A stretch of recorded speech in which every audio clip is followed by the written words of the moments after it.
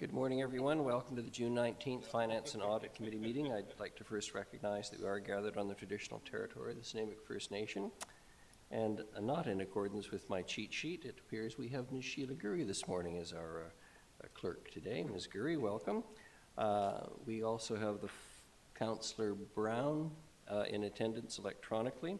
Today's Finance and Audit Committee meeting will be held in accordance with the Community Charter and Council Procedure Bylaw 2018 number 7272. If during the meeting any member of the gallery has a question regarding an agenda item, please write down your name and the agenda item on the question period sign-up sheet, which is on the table by the double doors to my left.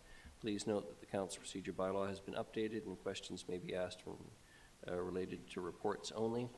I've spoken to the one person who in attendance this morning who assures me that as a former long-standing public servant, it's not necessary for me to read the official warning about how to behave in a public place, and I'm grateful for that small mercy. Introduction of late items, Ms. Gurry, we have none. Motion for adoption of the agenda.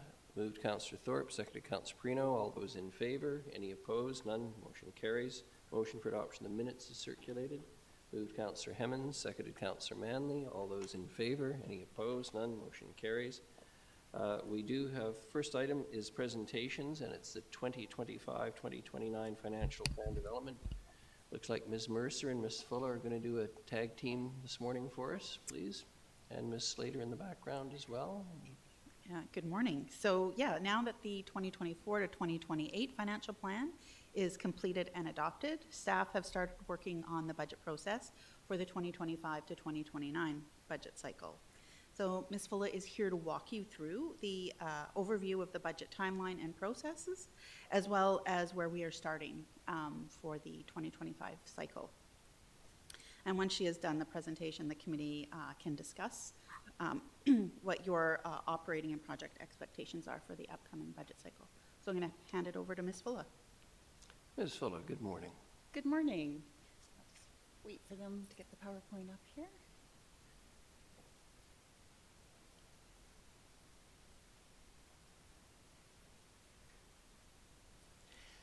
So as Ms. Mercer said, preparation is already underway on the 2025 to 2029 financial plan. Today, I'd like to provide an overview of the proposed timeline, as well as review where we are starting this budget cycle. At the end of the presentation, staff will be looking to the committee for directions on your expectations for the draft budget. So work actually began early this year on the 2025 to 2029 financial plan. In February, staff began updating 10-year project plans, and at the March Finance and Audit, staff presented to Council on the upcoming project planning cycle, as well as asked for direction. Today, staff is seeking direction from Council on the budget as we start to work on updating our business plans, developing our draft budget, and preparing business cases, all of which will be presented to you this fall. The goal is to have first three readings of the 2025 to 2029 Provisional Financial Plan Bylaw passed by the end of December. Under the proposed timeline, the adoption of the provisional budget would come in early January, and between January and April, finance staff will update the budget as new information becomes available, as well as from directives from Council. In April, the proposed final budget would be presented to Council, with adoption targeted, of course, before the May 15th deadline. So where are we starting? Well, based on the current financial plan, the projected starting point for the 2025 property tax increase is 7.2%, which includes 1% for the General Asset Management Reserve. On a later slide, I will provide a high-level overview of the preliminary budget drivers. 2025 is also the final year that we are using reserve funding to lower property taxes. As you will recall, in 2025, we made the decision to use reserve funding to help smooth down the property tax increase as we recovered from the pandemic. We used reserve funding in 2021, 2022, and 2024, but in 2023 for final budget, Council did decide to remove that reserve funding for final budget. Looking at our projected user rate increases, we have 4% for sewer, which includes 2% increase to the contribution to the Asset Management Reserve. We have 5% for water, which also includes a 2% increase to the Asset Management Reserve, and 3.1% for sanitation. Now, of course, all these rates will be reviewed once draft budgets are developed. Looking historically back at our property tax increases, our 5-year average, so 2020 to 2024, was 5.7%, and our 10-year average, so 2015 to 2024, was 3.8%. So our preliminary budget drivers for 2025 include asset management at just under $1.5 million. The annual 1% increase to property taxes was approved as part of the recommendations for the 20-year investment plan update we presented last spring to help address our infrastructure funding gap. We have debt at just under $860,000, and this represents planned short-term borrowing in 2024 for property purchases. We have IT consulting at $102,000. The biggest component of this increase is the additional funding Council approved recently at final budget to enhance service levels. We have $399,000 for IT software and subscriptions. So this includes our CAMS software, Cartograph. So as you recall, we had the CAMS project to implement Cartograph. This was a project that's now wrapping up its implementation phase, and the costs associated that will now become part of the operating budget. We also have a new ERP system coming online in 2025. Project expenditures will actually see a decrease of $793,000, and this is made up of two components. So we have a 5% increase to our base funding, which works out to a $420,000 increase, which will bring our base funding for projects to $8.82 million in 2025. And we have a decrease in project funding of just over $1.2 million, and this relates to one-time funding Council approved. So as you recall, you approved $518,000 for the new pickleball courts at Bevan Park. As well, you approved additional funding for the Fire Master Plan implementation of $695,000 in 2024. Then we have the RCMP contract at $2.8 million. In 2025, the RCMP contract is currently budgeted at 95% of the contract amount. For 2024, as you recall, for final, we reduced the contract to 92% due to vacancies. Decision points for the 2025 draft budget will include options for adjusting the percentage of the contract the city budgets for based on current vacancy rates. As well, I'd like to advise Council that we recently received updated costing for the contract for 2025 onward.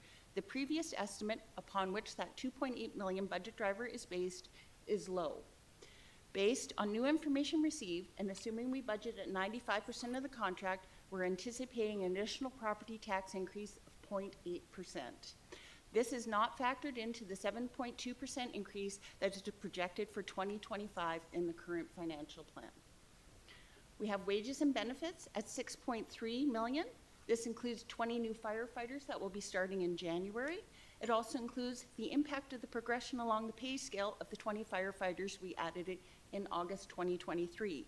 It includes one new police support services position based on the business case to add 15 positions over 5 years. It includes 2 new positions in IT related to that CAMS project. So when we started the CAM project, we did add 2 permanent positions. They were funded from reserves during implementation, and they now become part of your base budget. It also includes a full year for the positions we added in 2024, as well as contract increases for the QP agreement and a contingency for the IAFF agreement. We have a decrease of investment income of $500,000, and staff will be reviewing our investment income projections based on recent interest rate changes, as well as what the forecasted rates for 2025 are. We have a decrease in the transfers from reserves of $200,000.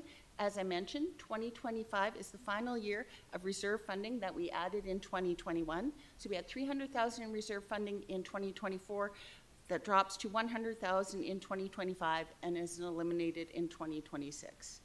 We have other changes that total approximately $75,000, and we're showing growth right now at $1.2 million. So we'll get preliminary growth numbers in the fall with a final growth number usually coming around March. So the net impact of all these changes right now is a $10.8 million increase to the budget, which translates to a 7.2% property tax increase, although when we factor in the new information for the RCMP, that would actually bring us to 8%. The next few slides will briefly speak to projects and their funding, as we did do an in-depth project presentation at the March Finance and Audit.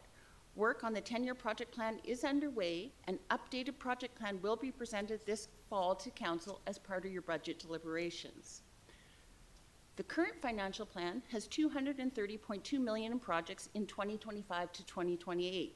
Highlights include 2 significant facility projects in 2025. We'll be doing the Bevan Complex roof, as well as we have a major mechanical upgrade that will get underway at the Nanaimo Aquatic Center. In 2026 and 27, we have the Norwell Drive project, which will include renewal of aging infrastructure, including pavement, signals, and utilities. The plan also includes additional phases of the Commercial Street implementation, as well as new washrooms at Maffeo Sutton Park. So the majority of funding for our projects comes from reserves. This includes our asset renewal reserves, such as our asset management reserves, equipment depreciation reserve, and IT reserve. As well, we have other reserves such as DCCs, growing communities, and Council Strategic Infrastructure Reserve.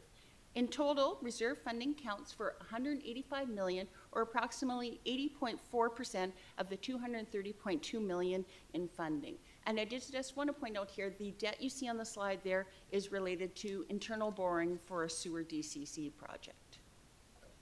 Now, a portion of our property taxes each year is also funded to projects. In 2023, the base funding for projects was set at $8 million, and the 20-year investment plan and recommendations are based on an annual 5% increase. This increase helps to address both inflation as well as growth in city infrastructure. In addition to base funding, Council also approved additional funding for specific projects. In 2023 and 2024, you added funding as per the business case for the Fire Master Plan implementation, and in 24, as I mentioned, you added funding for the Bevan pickleball courts. Now, during the project planning process, we identify hundreds of projects for every year in the plan, but there's limited resources available to execute all these projects. In addition to funding constraints, we have non-financial constraints. We have staff capacity, available contractors, and supply chain challenges, just to name a few. This does result in missed opportunities and the balancing of risk and condition issues as we develop the plan. Now, I did want to touch briefly on a number of larger capital projects that are not currently in the project plan, which means they're not in our financial plan. These projects are at varying stages of development. The update to the 20-year investment plan did recommend borrowing as a funding strategy for a number of these projects, of course, subject to council and electoral approval. I did want to point out the 2024 budget does include $4 million for land towards the South End Community Center. At December 31st, the city had $38.2 million in outstanding external debt. So we have debt for Fire Station number 1, and this debt is being funded from our General Asset Management Reserve. We have sanitation debt, which is related to 4 refuse trucks. One of those trucks will be paying out in 2025, and that debt is funded from our sanitation user fees. We have debt funded from property taxation, which includes Fire Station number 4 and VICC, and both of those debts will be paid out by the end of 2027. And funded from water user fees, we have the water treatment plant. As well, we have internal borrowing related to sewer DCC projects. The outstanding balance at the end of the year was $5.6 million. The current financial plan also has some new borrowing. We have planned borrowing that is short-term for some property purchases, and as you saw, that will be a budget driver for us in 2025. As well, we have internal borrowing plan for a 2025 sewer DCC project. Now, this graph here shows the outstanding external balances of our debt over the next 20 years. Now, it's only showing you what we currently are borrowing and what is in our approved 5-year plan. It does not include any borrowing we might take on for major capital projects or other projects that might come up that need borrowing. And this graph here just shows the debt servicing associated with the debt that was on the previous slide. Now, under legislation, the city cannot borrow beyond its allowable limits. Based on our 2023 financial statements, our annual debt servicing limit is projected to be $61.8 million for principal and interest payments, and that would put us at 12.3% of our limit. The city does have a debt policy to help ensure debt financing is used strategically to maintain the city's financial strength and stability. So looking at next steps. In developing the draft budget, staff will look to supporting the integrated action plan, council's strategic framework, and maintaining current levels of service. The budget will target a 7.2% increase as per the approved 2024 to 2028 financial plan. However, as I mentioned earlier, the most recent budget numbers for the RCMP contract will put upwards pressure on that number. As per direction from council, a business case for the expansion of the CSOs and clean team programs will be prepared for your consideration. As well, the 1.5 million increase for the annual road maintenance budget that you discussed at an earlier GPC will be included as a decision point for your deliberations. At this time, we'd like to turn the discussion over to the committee for any direction you wish to provide to us or any questions you may have. Thank you very much, Ms. Fulla. Council? Councilor Perino? Thank you, Your Worship, and thank you for a fulsome report. I'll tell you, you got to pay attention because you're so fast, but I really appreciate it. So when you talked about the debt level in percentage at the 12.3, is that this year or next year?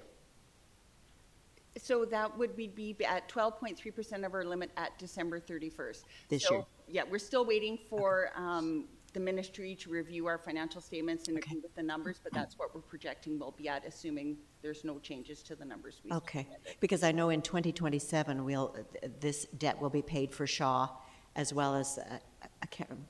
Yes, correct. We have it'll debt come paying down. off over the next few years, so our 12.3% will drop. go down. Also, as well as our revenues go up, that also impacts the percentage too. Okay. And another question, if I might. The RCMP situation, would it be a requirement that we would need to put that increase to bring it up, you were talking up to the 8%? Is that required for 2025, or can that wait? Through the chair to Councillor Perino. So that will determine, council needs to decide what percentage of the contract you're comfortable budgeting at. Typically, we have had vacancies, which is why we don't budget at 100% of our obligation. At the end of the day, we are obligated to the full amount. So if they fully staff the RCMP, regardless of what we have budgeted for, we would have that obligation to pay. We do have our RCMP contract reserve that does help offset should we be under budget or should our budget be insufficient for actuals. But yeah, we are obligated to that full amount. It's council's decision on how much we want to budget for and the risk we want to take on based on current vacancies. Okay, I'll have other questions, but I appreciate that. Thank you. Thank you. Councilor Manley? Thank you, Your Worship. That was a lot of information that came at us very quickly. I'm curious, could you just go over again what the situation is with the RCMP, that the budget driver that's going to increase? Yes, so there's two things that are impacting the RCMP contract. One is you decided for 2024 to budget at 92% of the contract, and for next year we're budgeting at 95% of the contract. So right there, that would incur a budget increase. As well, we have cost increase, and when we received our update from the E-Division, they are showing higher costs for 2025 than they were originally estimating. And so that added another 0.8. So it was 1.1 million more than we were anticipating. Do we know what those costs are for? Or? Looking at the categories, it appears to be spread all over a number of categories: wages and benefits, equipment. I did a comparison between the estimate they gave us last year and the new numbers they gave us, and there's no kind of one figure that really stands out as, oh wow, this is what is causing the increase. Just overall inflation everywhere. Yeah. Okay, thank you for that. Thank you. Councillor Thorpe? Thank you, Your Worship, and thank you, Ms. Fulla and staff. Always appreciate your clarity in presenting financial documents to us. I will say I woke up this morning feeling pretty good. And this is a little bit discouraging, and I don't know where to start because, you know, I recognize that our costs are going up. I support the projects that we have in our capital plan, and I support the larger capital projects that we don't have in our project plan yet, and they all cost a lot of money. So I guess all I can say at this point is thank you for the heads up, and as we move forward through the process, I will certainly be very interested in any suggestions or options from staff on ways that we can reduce the potential tax increase, because quite frankly, starting at something close to 8% is really hard to stomach. So I don't have a solution, but thanks for letting us know where we stand. Thank you. Thank you, Councillor Thorpe. Councillor Gesselbrock, then Councillor Hemmons. Well, I was just going to say, good thing, I think it was even a couple years ago or last year, we didn't offset the taxes with reserves because we'd be facing an even higher tax rate right now. So it's good forethought. Thank you. Councillor Hemmons. Thank you, Your Worship. I feel like we all saw this coming. My question is, so there's note of the CSO and the Clean Team business case coming forward. Will there be other business cases that council will contemplate? I know that we likely have a request for funds today. Like, how many more of those are we going to see on top of what has been referenced?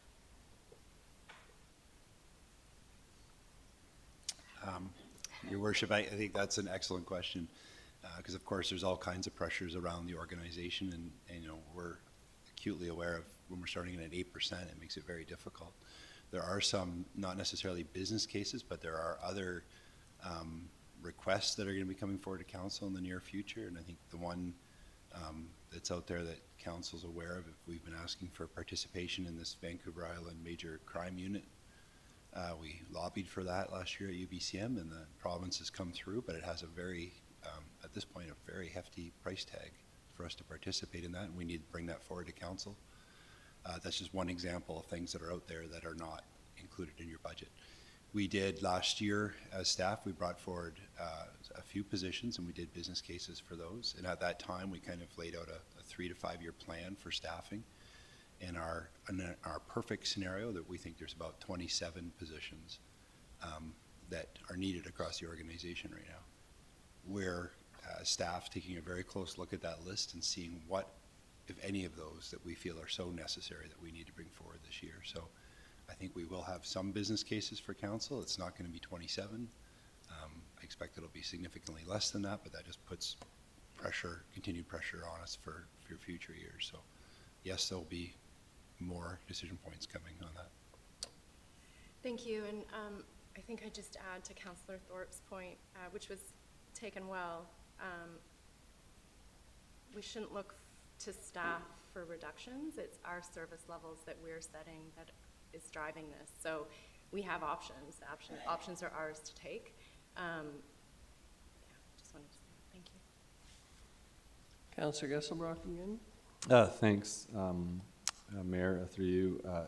I think just like, say, with all those staff needs, all the business cases, like definitely don't hold back from presenting them during budget time, so that, you know, we're fully aware of like what, you know, are the things that we, you know, should be almost doing, as opposed to because the potential 8% tax increase hold it, because I think, one, it's very important for ourselves and the wider community to be aware of just the pressures that are on us, and aware of the service needs, and then leave that to council to decide, you know, what to do with it. I know there's, you know, some internal constraints too with staffing levels, and just, you know, in our work plan, there, for the action plans, there is the potential deconstruction bylaw that, you know, I'd like to, you know, make sure that there is resourcing enough, you know, in there to be able to, you know, start working on that. I think we're a couple years out from the next council turnover, and I think it'd be, I'd like to see that worked on, and I'll be bringing out a GPC, just the bylaw review, and the tree strategy that has been talked about in the work plan, to make sure that's sort of, you know, been resourced and in the workflow, and, you know, probably already within our current capacity, but to have that discussion. Thank you.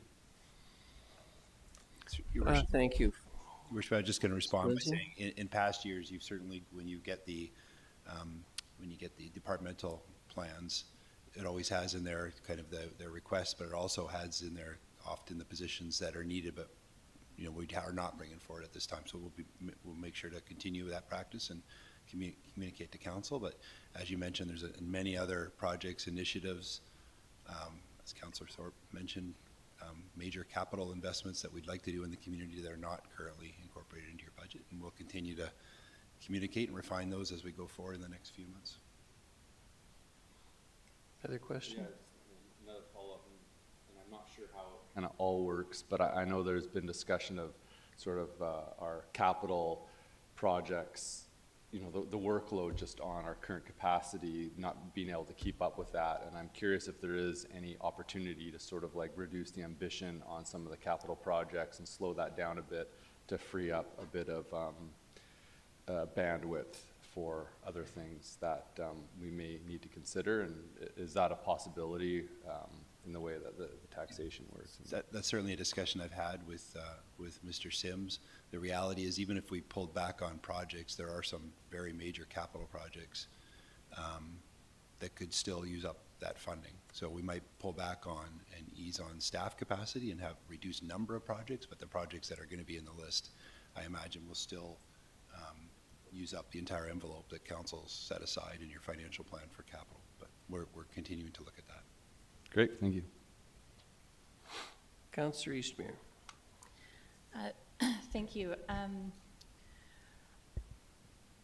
I think a lot of my questions have actually been answered at this point, but I really appreciated the 2024 budget quick facts sheet, and I think if there's any way to do one of those for the 2025 budget, so we're like kind of communicating out that information to the public so they have a better idea of the constraints that we're dealing with heading into the next budget. I think it's helpful, especially the part that compares Nanaimo's taxes to other communities, because, like, yes, close to 8% does feel high considering, like, historically sometimes there were like 0% years, but we're in really good company now with other communities that are facing the same amount of growth and with infrastructure kind of aging out all at the same time. So I think when we look at the current picture of the constraints that we're dealing with, it does make sense when you lay it all out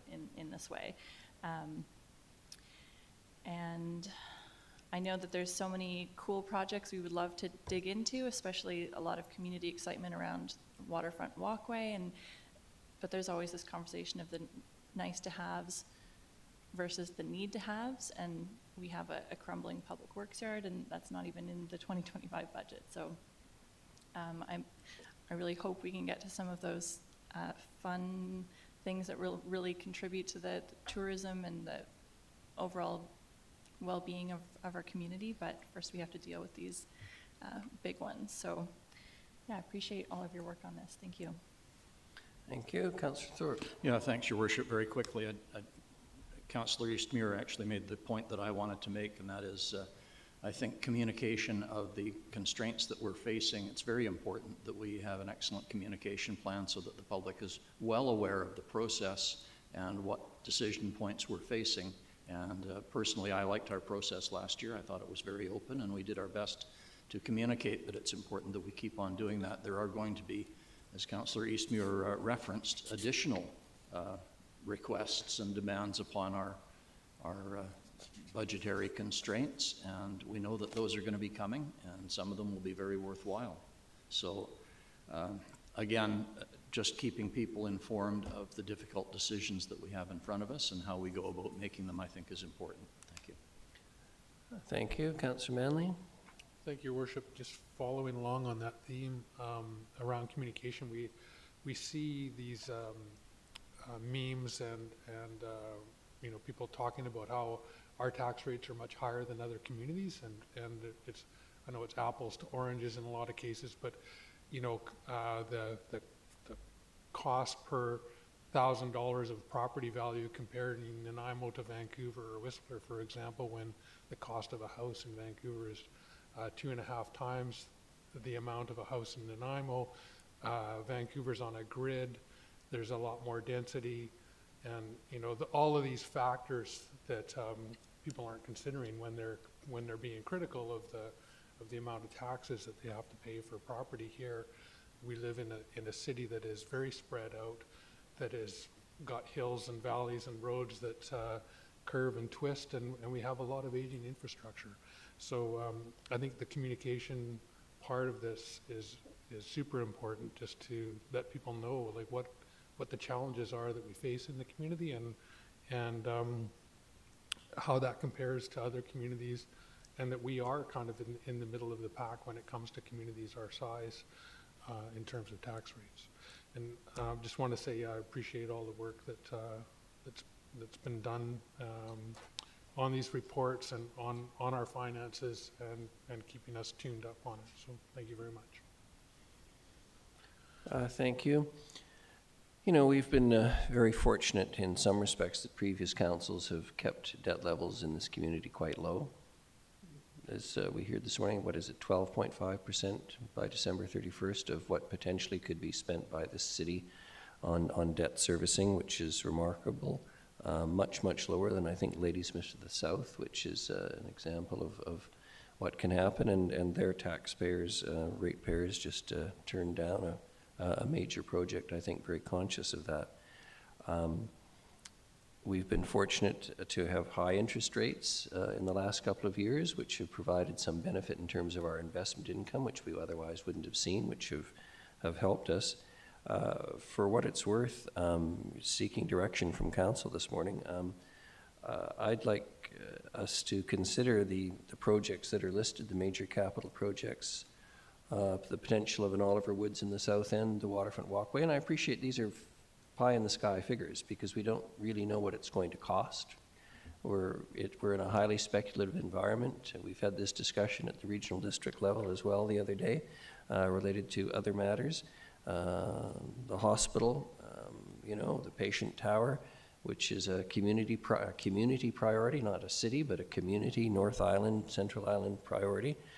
We don't know what that's going to cost. We look south to what's happened in Cowichan Valley, the cost of their hospital. But at the same time,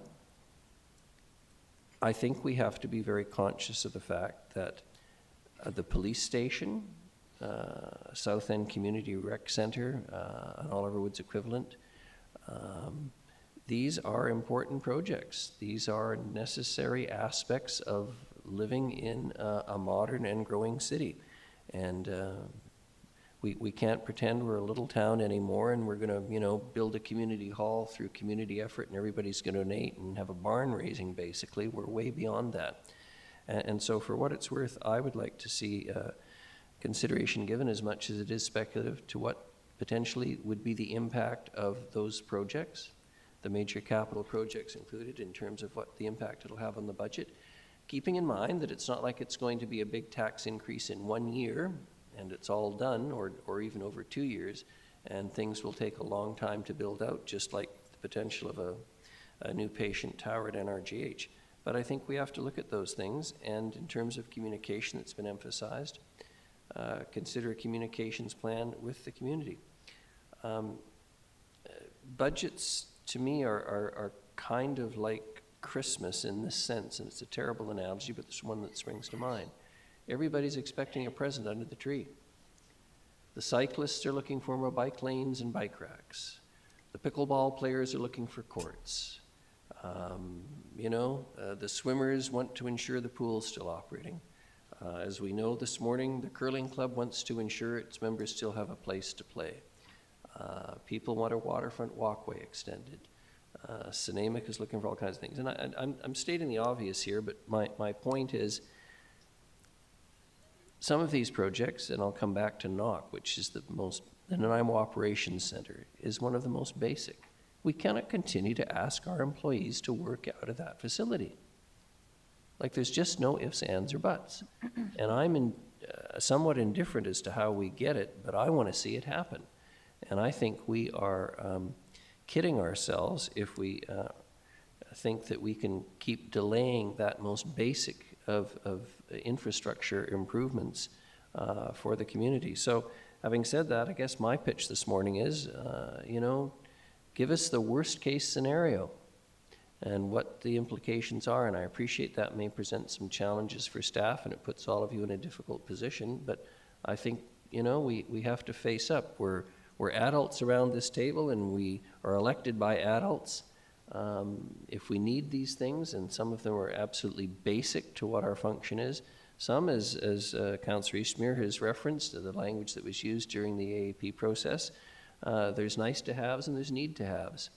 And you know what? There's a whole bunch of people in our community who appreciate we have the need to haves, but they'd like some nice to haves too. They're looking for a community that they can be proud of, that will provide them with facilities for recreation and enhancement and economic opportunity. We've heard from Councillor Hemmons over the years, the Division of Family Practice. You know, hard to attract doctors to communities that aren't attractive. There's a reason people, no, God forgive me for saying this, and it's more involved with weather than quality of community, but not a lot of people want to go to live in Fort St. James. It just isn't as attractive and charming and wonderful as Nanaimo. We have lots going for us, but people expect a lot. If we're going to lure the kind of professionals here, we need to service our aging population, to fill positions at our university, to fill staff positions that we have unfilled at the city, to replace people as they retire, etc. We've got to have a desirable community. So pardon me for dribbling on this morning, but I want to hear as Councillor Thorpe said, I woke up actually on the opposite end of the scale. I woke up not feeling that wonderful this morning, and I'm not getting any better by what we're doing, but the state of my emotions is not of any concern to the public. Having said that, so for what it's worth, give us the bad news, and let's have that discussion over the next few months, and much appreciate the work to date and the plan and the general approach that we're taking. Councillor Gesselbrock, before I go to you for the third time, I'm going to go to Councillor Brown. Councillor Brown, please. Thanks, Your Worship. Nothing new to add, just adding my voice as staff are seeking a little bit of direction. Just really, I think, echo a lot of the comments that have already been said, specifically yours recently and those of Councillor Hemmon and Councillor Gesselbrock. Yes, I think we can anticipate some sticker shock on things as they come forward in the fall, but having that information is just really, I think, useful in determining the level of service council wants to set and fulfilling our governance role in that way. And then from there, finding the best way to communicate those decisions to the community. Thanks so much. Thank you. Councillor Gesselbrock? Thanks through you, Mayor. Just building on kind of what you're saying about the major capital projects, you know, I don't know what type of budgeting it would take, but there's sort of like the things that we absolutely need, and then there's the things that, you know, are more on the spectrum of the nicer to have, but being able to time the development of those projects so that by the end of this term, they're at a place that we could put them on referendum during the election, say for like the Waterfront Walkway and maybe even the South End Community Center, so that we're budgeting so that those projects are at a point that we could go out to the public to be like, hey, do you want to put money into this? Thank you. Your Worship, can I just respond to that? Because certainly there's a number of projects, and council's had various updates over the last year or two on in the South End Community Center, certainly the Waterfront Walkway, improvements at Bevan, the RCMP. There's a number of projects that are no question are desired across the community. We have with you next week at your GPC meeting, we're going to be talking about the options for the Public Works facility and the Nanaimo Operations Center and get some direction from council. And then we hope to follow that very soon and as potentially as early as July to come back and continue the discussion about the capital projects and where does council want to go. And you know, we've made some significant steps on some of those projects and bringing them closer. You're right, when we start off on these projects, we kind of have what the engineers will call the Class D estimates. As we get closer and closer, we refine those. As we get more information, we're better able to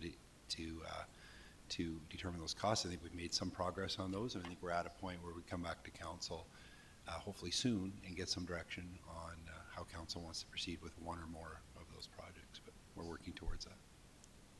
Great, yeah, like a big capital project strategy. Anything further? Much appreciate this, Ms. Mercer, Ms. Fulla. And now we're on to a very specific item. That's a delegation, Tom Weinrich, funding for the Nanaimo Curling Club. Mr. Weinrich, good morning and welcome. I can say thank you for your past service to the city, and you're here with not the most cheering news or request, I'm sure, either, but don't let the mood of Councillors Thorpe and myself diminish your presentation.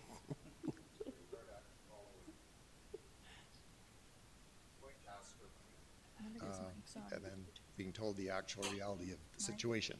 If you could Okay. just introduce yourself for the record, and you'll have 5 minutes, I think. Mayor and Council, my name is Tom Weinreich. I'm the president of the Nanaimo Curling Club. And like the city of Nanaimo, we are also a nonprofit organization. And like the leaders of the city of Nanaimo, being a president of a curling club, we all receive a lot of complaints, but not a lot of compliments. So who are we? Well, we're a curling club. We were founded in the 40s. And in 1968, we had the old curling club torn down and the new one built. So it's 56 years old. We've held a lot of championships throughout the years. Last year, we actually had the Canadian Stick Curling Championship. It's my understanding that we are going to be the host for the curling portion of the 55-plus games in 2025. And that's contingent, of course, of actually being able to have ice. Additional regular curling, we have junior curling and bonspiels. We have people renting our facilities for frisbee golf, for the quilters. We have, of course, we have stick curling, regular curling, seniors curling, women's curling, men's curling. Curling is only second in popularity to hockey. I hope you guys watched the game last night. Oh, yeah. Yep, it was great. And of course, we have a Learn to Curl program that has been very successful over the past few years. We're getting more curlers. Our economic and the impact on the city is not huge, but it's actually not bad. Our hope is to be able to provide service to the community well into the future. So here comes the problem, of course. We recently had a mandated inspection by Technical Service BC on our chiller, and the inspection did not go well. And what they said was, of course, is that we cannot put it back into service, which is a big surprise to our club. This chiller is actually only 13 years old. We should have gotten at least 20 years out of that chiller. So this was not something that we had planned for, because we just thought it was, hey, business as usual. We're going to do an inspection. They're going to say everything is great. I love those reports. And then, of course, the reality is that it wasn't great, and we're not able to operate that chiller going forward. So the installation of a new chiller comes to $235,600, which is money that we don't have. As I said before, we're a nonprofit. And we're also hampered in our ability to raise money or to borrow money because, of course, we're on a leased land sort of a situation, and now we actually have it so that the city actually owns the building and actually leases it back to the curling club. So grant money becomes an issue because most grants actually require you to have 50% of your money up front. So we'd have to come up with about $130,000. And that, of course, is, money that we don't have. So we do have 463 members as of last year in our club, and it is growing. We don't want to close the club, and I don't think any of you do either. It would be an enormous shock to the club, as well as to the community as a whole. However, it's not all doom and gloom here. Let's get to the good stuff. Okay, to date, we've actually sort of floated the debenture idea to members, which is really, hey, will you loan us some money without absolutely no collateral? And people said, sure. To date, so since 2 weeks ago, we've come up with $88,500, which I thought was pretty good. Sorry, did you say 80,500? $88,500 to date. So members have pledged that, should we go ahead with the debenture idea. And this is sort of showing council, this is our way of saying, hey, We're not just coming here and saying, hey, you know, could you give us $235,000, $235,600, although that would be nice. You can keep that in mind. But we do have skin in the game. And the other thing that has come up recently is we may be able to repair the existing chiller, which is it's something that happens from time to time. It's sort of an unusual job. So the way this Mr. chiller Reinrich, I'm not works- going to be harsh this morning because I wasn't paying attention to the timer, but your 5 is up, so if you can. Okay, so just, we do have the opportunity of repairing the existing chiller. We have a member of the club that says, hey, we can do this. It's 200 tubes that we have to go through. So we're thinking that if we go ahead with that, we likely don't need your funding, but I need a backup plan here, is what I really need. So we may be able to fix it ourselves, but if we find that it's just too far gone, then of course we would need some additional funding. And that's it, pretty much. Thank you very much. Councillor Manley?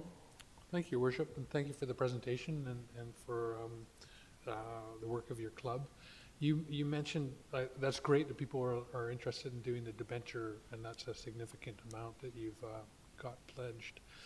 You mentioned that the facility is going to be used for the upcoming senior games, is that correct? Yes, for the curling portion for the 55-plus games.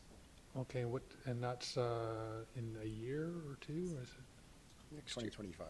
Okay. Yep. So coming up soon, so this is something you need to deal with to have that facility ready for those games. Yeah, we really want to get going as soon as possible because, of course, the longer we delay it, I can foresee already our season is going to be foreshortened. We really want to be operating for the next curling season. Did you get an estimate on how long it would take to do the repairs, or if you need to replace it, how long would it take to replace it? I suspect that just getting the parts here is going to take a while. So even if you made a decision today and we said, hey, things are really great and rosy, I think we're still looking at probably 20 weeks just to get the chiller here. Okay, thank you. And this is the problem that we have. Of course, this just came up at the very end of May. I thought, well, you know, we got to get our ducks in a line here. I could have, you know, waited until next month's Finance and Audit Committee meeting, but the problem is I don't want to wait too long, not have a decision, and just pushes it further out. It takes us longer to get the ice. Right. Okay. Well, thank you for your presentation. Thank you. Councillor Gesselbrock, then Councillor Perino. Thanks, Mayor, through you to the delegation. I'm just curious, what exactly was wrong with the chiller that they said that it wasn't functional, and you mentioned that there is a small possibility of it being able to repair it to get to the level that it passed inspection, but I'm just curious what was wrong with it that it failed.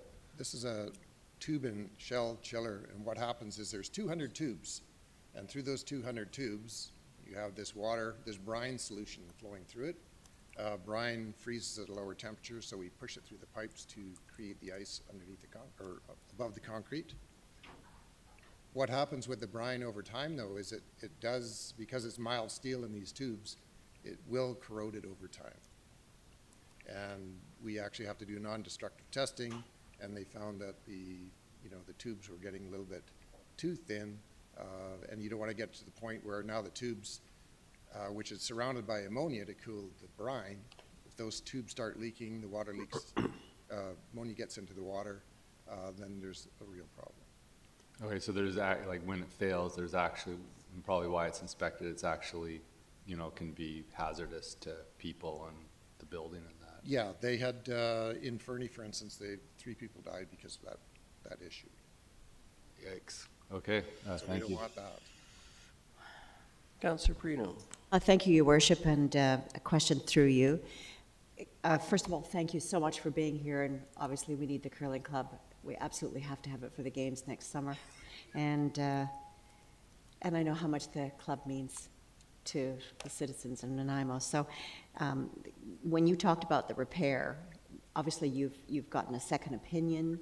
You're now moving in that direction. Yes. Before you do that, do you need to I mean, I'm probably asking questions that can't be answered, but my concern is you don't want to be repairing something that's going to break in 6 months. What we're going to do, though, is it's really tough to break something that's already broken. So Yes. what we're going to do is we're going to open it up and we're going to start pulling those tubes out.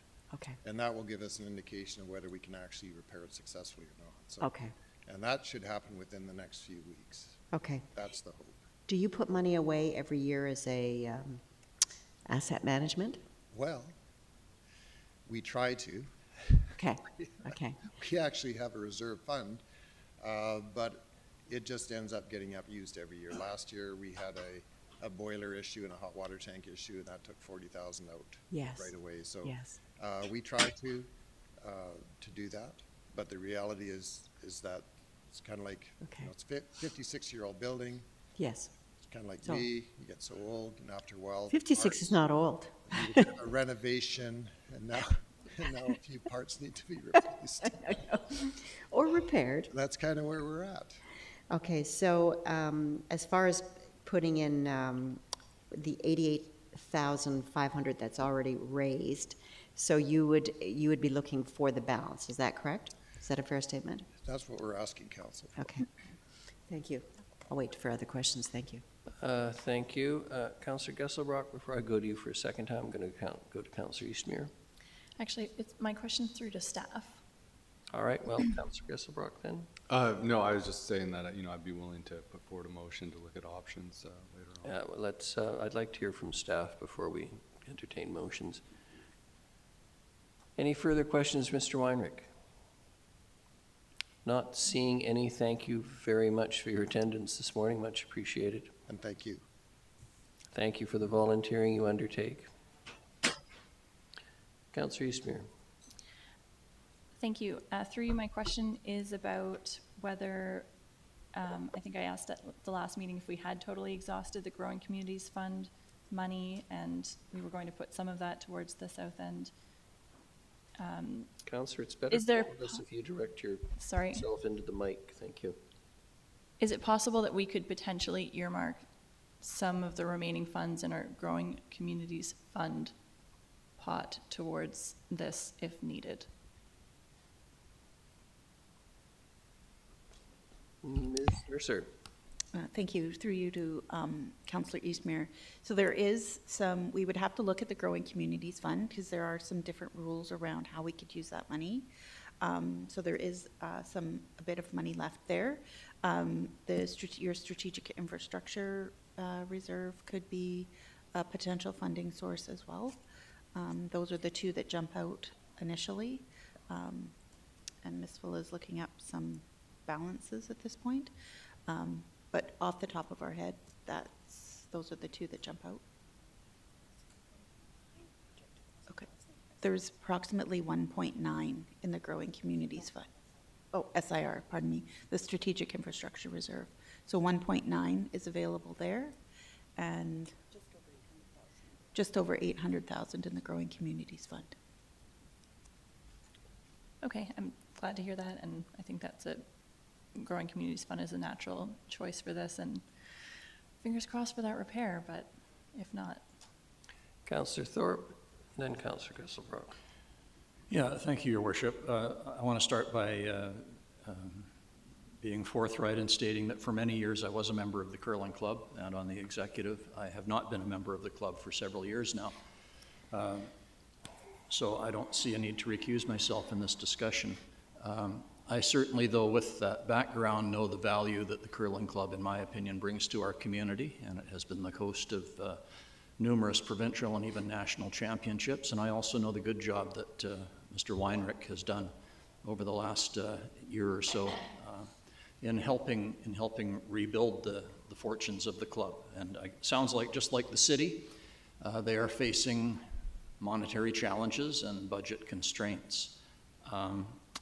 I know that there are issues with the club in terms of the roof and other things that Mr. Weinrich has referenced, the boiler and so on, and now an unexpected cost. So I am certainly sympathetic. I'm really hopeful of this information that there's a chance of repair, but I would be supportive of of council also being in a position to help out to some extent. I'm really impressed that the club is actively fundraising and has shown a commitment. So I'm wondering, perhaps this is premature, Your Worship, but I'm wondering if it would be appropriate to ask Mr. Harding for a quick report, basically on the conditions at the curling club and some options for being able to help them out in the near future. Councillor Thorpe, I couldn't agree with you more. That's why I was holding off on Councillor Gesselbach I'm sorry. making the motion. I was going to suggest that we hear from staff, and I suspect Mr. Harding is going to tell us that's exactly what he should be doing. Given the moving and changing circumstances of this particular. Yes. Thank you, Worship. First of all, thank you, Mr. Reinrich, and the club, because it has been an amazing club for many, many years. As I mentioned, there was a club there before 40s, and then, of course, this building's been there for 56 years. And the club primarily has always, other than the land, has managed the facility themselves. About 10, 15 years ago, we started to work with the club closer, though, because of the asset was diminishing, and it was very difficult for clubs, any club or any organization, from the Port Theatre to any facility, to keep these facilities up and running. And so that's why we've been entering into these more co-management agreements to help organizations. This asset, though, has diminished to a point where we've been working with the club for particularly the last 4 years to get in front of council with an overall condition of the facility and start working towards a plan of how we can either maintain the facility or enhance it or look at other options. So timing is crucial now. The one thing we didn't, as Mr. Reinrich mentioned, the one thing we didn't think was going to fail was the chiller. So that became a surprise to all of us. Everything else we were worried about, the slab, the roof, the structure, and a number of other issues. So ideally, if we could come back, as Mr. Reinrich mentioned, they've got a couple weeks to look at potential repair. Staff are working with them on that and ensuring that we will help them in any way that we can on the repair, and also ensuring any kind of estimates for replacement. We can work with them on those details if it does get to a replacement of the chiller. So Mr. Bryson has been working with them and so will the staff. But ideally, if we could come back in the next couple weeks with a report to council on updates of where the chiller is at, but also give an update of the facility itself. And then we could also work with the finance department at that time on some financial options for council's consideration. Councillor Gesselbach, I assume that's. I do, yeah, I've got a motion that's captured. Let's hear the motion. That staff meet with the Nanaimo Curling Club and provide a report on options to support Nanaimo Curling Club in securing an operational chiller.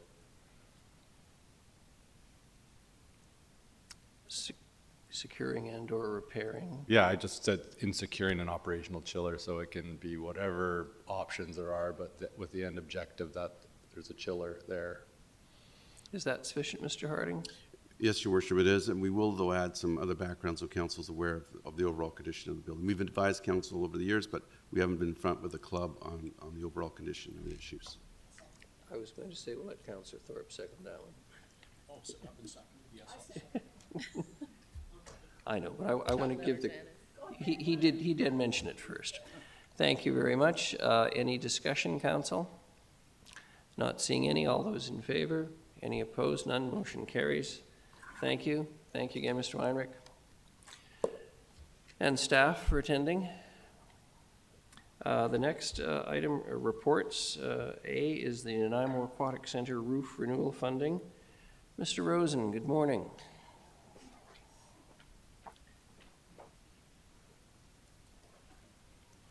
Good morning, Your Worship and Council. This next item is a budget increase request for a modest but important roofing project at the Nanaimo Aquatic Center. The project work was tendered, and although the cost is considerably higher than the budgeted amount, staff believe it is the realistic value of the work and recommend moving forward with the budget allocation. We have Ms. McCaskill and Mr. Bryson here to answer any project-specific questions. Turn it over to you. Thank you very much. I appreciate the report. Any questions for staff? Councillor Hemmons. Thank you, Your Worship. I'll try to articulate this in a question, but I think it's more just a reflection that option 2, the language in here rather than that enormous increase of over $300,000. Option 2 offers a modest cost to implement a temporary patch, would defer the larger scope, which then may benefit from market competition when repriced. Further bullet point, the cost of a repair of the temporary transition is unknown, however, expected to be modest and likely to be absorbed within the current financial plan. So I guess my question for you is a patch, I note that it's option 2, so not staff recommendation, but will it get us through another year? And I know that's impossible to determine. Through your worship to Councillor Hemmons, it's actually not an impossible question to answer. It's one that we looked at as staff, and the realities of the work is needed. So if we defer it, what it would do is it would push something out of the 2025-2029 plan that Ms. Fuller talked about earlier. So what we would do is we would rebudget the project in an already stretched plan, and we would do a temporary patch now, which would carry us through. We might get a few years. It's something that we then keep an eye on, but unfortunately we're not seeing costs diminish. So as we push projects out, we do then see that pressure of still needing to do the work, but having additional present cost of money sort of considerations to go with those projects. Thank you. Thank you, Councillor Hemmons. Councillor Gesselbrock? Thanks. And just for clarity, is option 1 basically just going ahead with what the bid was, despite the issues with it, and just to get it done? Through your worship to Councillor Gesselbrock, yes, correct. Okay. We would do the work with the single price that we received, and it would take the money from the facility development reserve instead of rebudgeting it in the future. And just to follow up on that, and it's thought that one is the best because if we did the patch, if the cost of doing the patch and then having to go back out in a year, and because of the uncertainties in the price, and like it's clear that prices are escalating, it most likely will be more expensive at the end of the day to do all that anyhow. So it's like just get it done. Correct. Okay. Thank you. Councillor Perino? Thank you, Your Worship. I'll move option number 1, and if I get a seconder, if I'd like to talk to it. Seconded, Councillor Hemmons. Thank you. Thank you, Your Worship. And just to say that this isn't, this is actually coming from the Facility Development Reserve Fund, which is good. It needs to be done. I agree with your comments, Councillor Gesselbrock. I mean, a patch job is not going to do the job. We need to have this, it's what we have reserve funds for. So I'm not happy about it, but we need it, and it's obvious. It's an obvious. Thank you. Thank you very much. I'm not seeing any other speakers, and I'm with you. It's ridiculous to patch something that you know has to be replaced. Another disaster could happen. We'd be back in 6 months looking for more money for a patching process to again punt it out further when it just needs to be done. So let's get on with it. All those in favor? Any opposed? None? Motion carries. Thank you very much. Appreciate the presentation this morning. The next is the Warming Center Services and Supports update. Mr. LeBerge, Ms. Wood, good morning, please.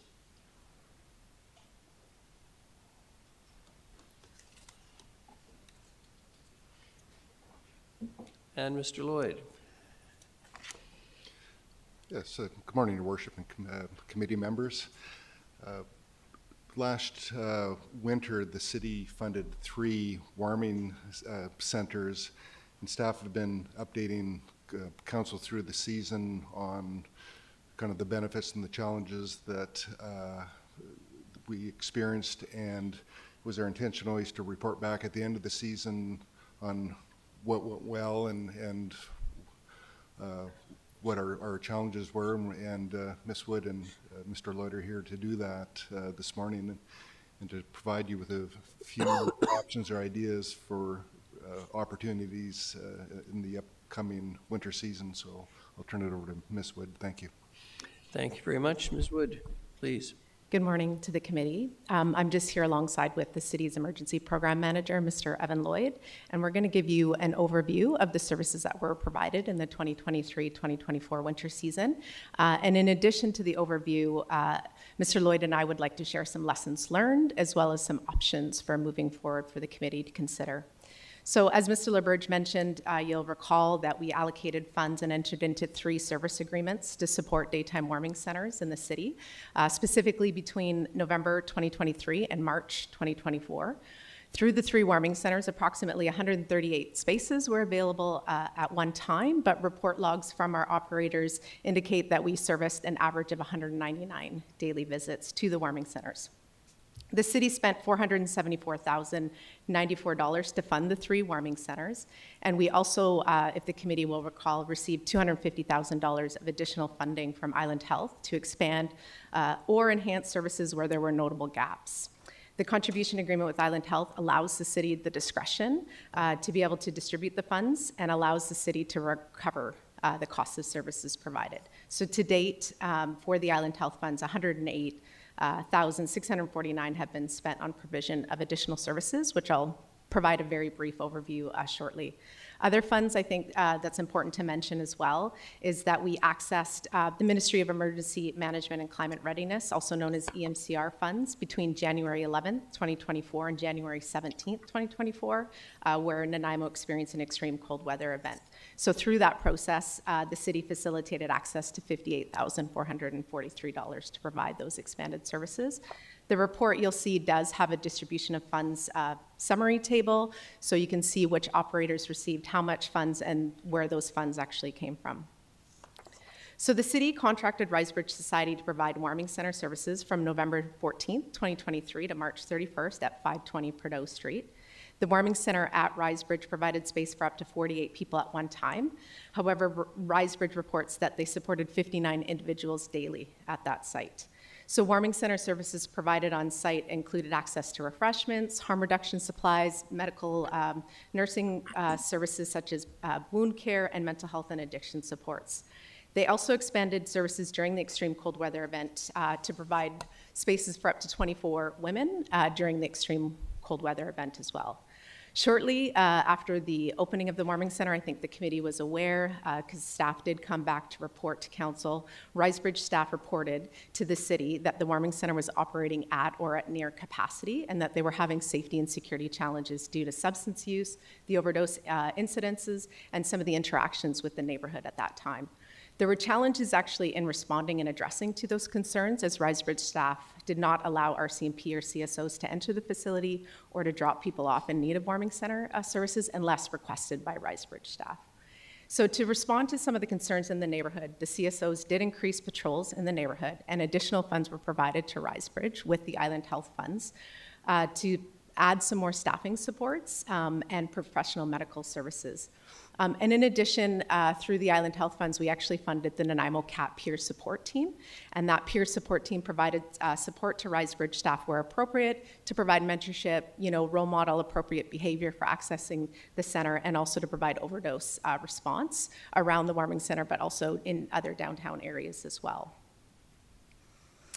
We have received emails, phone calls, and impact statements about the warming center service. You'll recall that each service agreement that we do hold contains good neighbor commitments, including requiring the operator to work collaboratively with the neighborhood, city staff, including CSOs and RCMP, to address any issues in the neighborhood.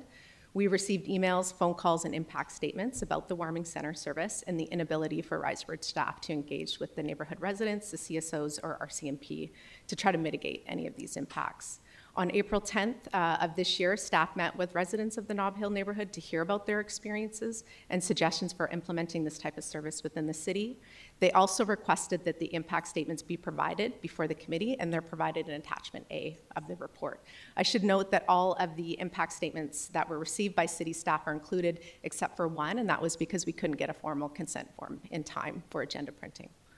So finally, also just for your consideration and knowledge as well, and as noted in the report, Risebridge was also contracted by BC Housing temporarily to provide 24 temporary overnight shelters, and that was between February 26th and April 30th of this year.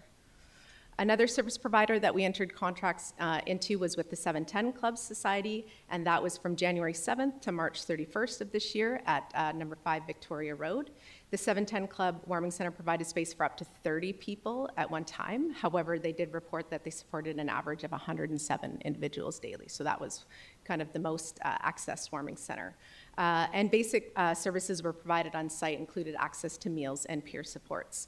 The 710 Club also worked very closely with Island Crisis Care Society, or ICCS, if I can say for short, Island Health, Mental Health, and Substance Use Outreach staff and CSOs to pool resources and staffing, and they provided expanded services during the extreme cold weather event.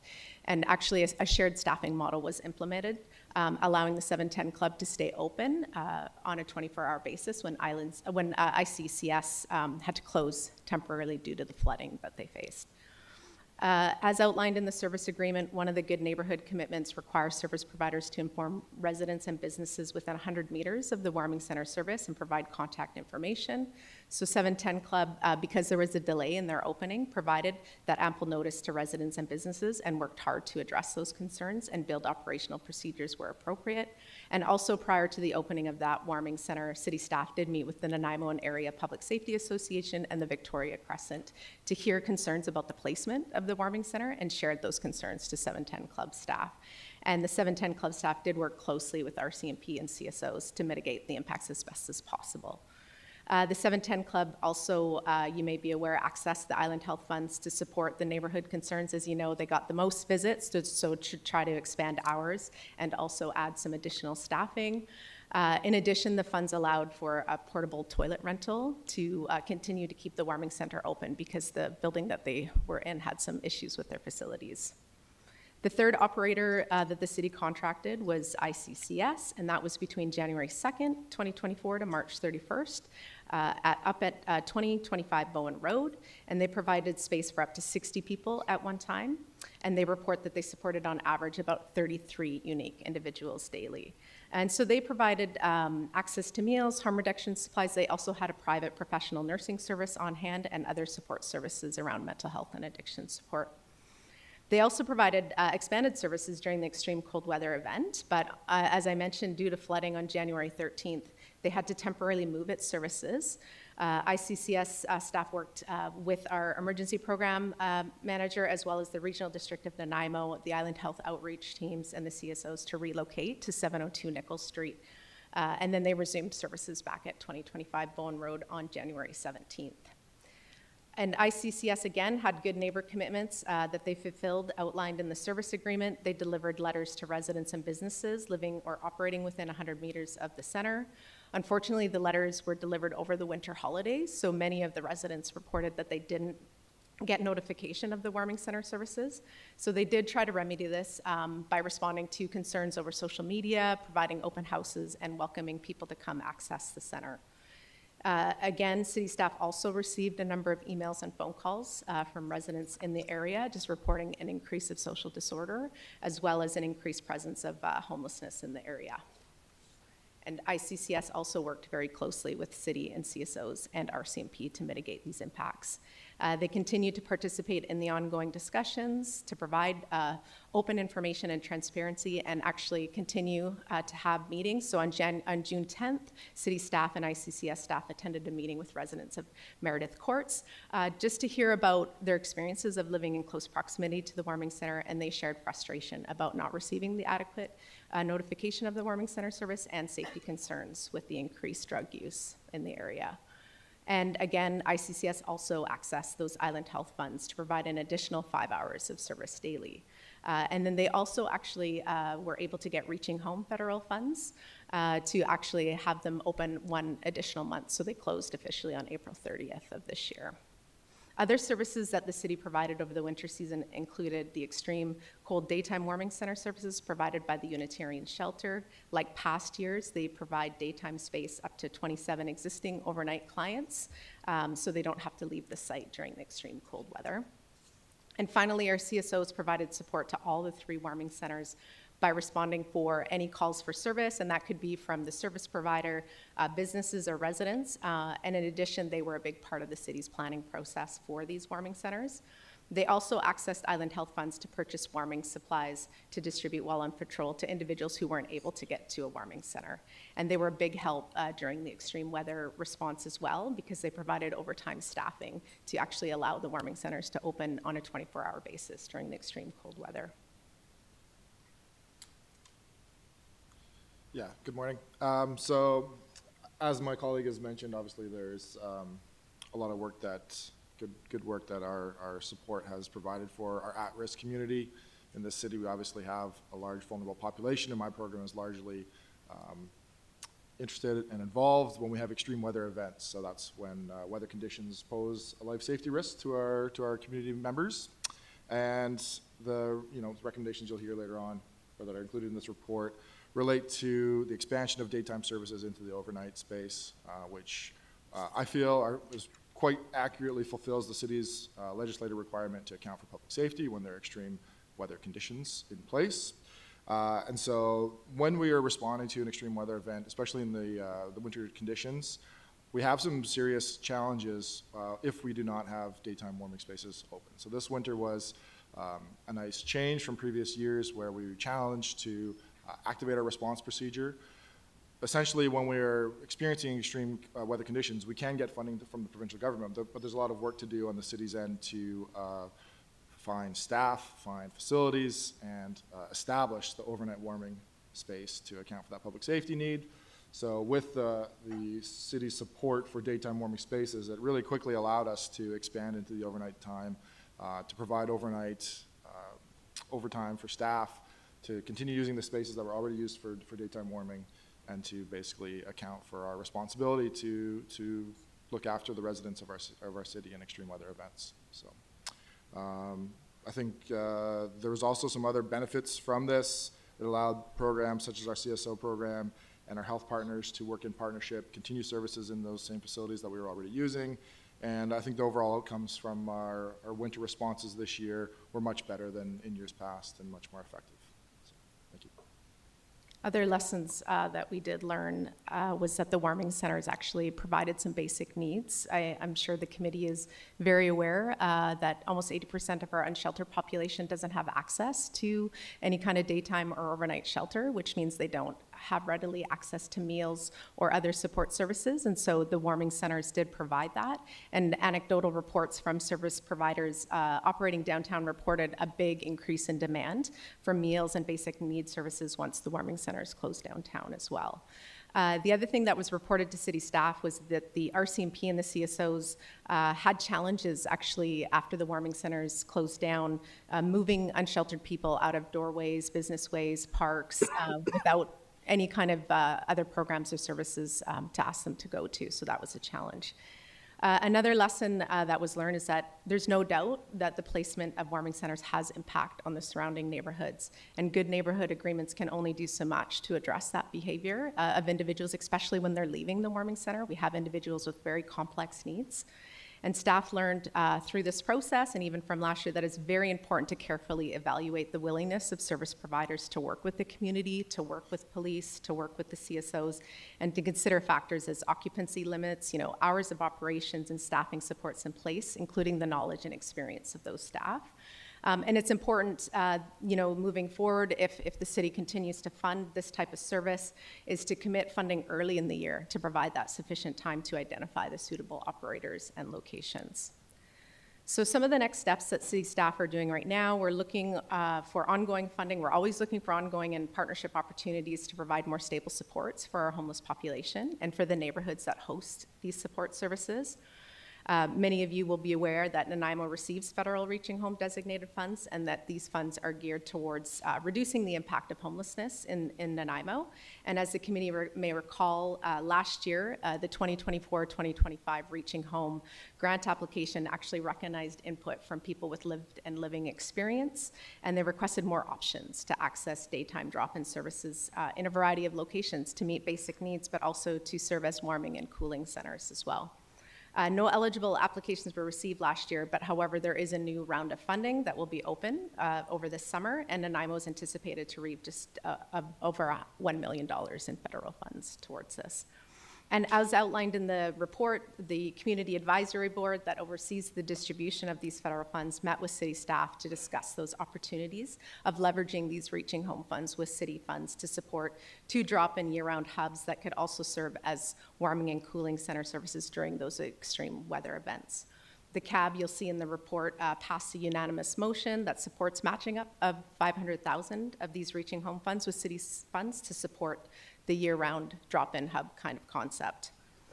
And staff are also, I should note, and mentioned in the report as well, we did, the SPO did host an emergency weather response program here through BC Housing, and that was offered up at Maranatha. They were open for 4 days.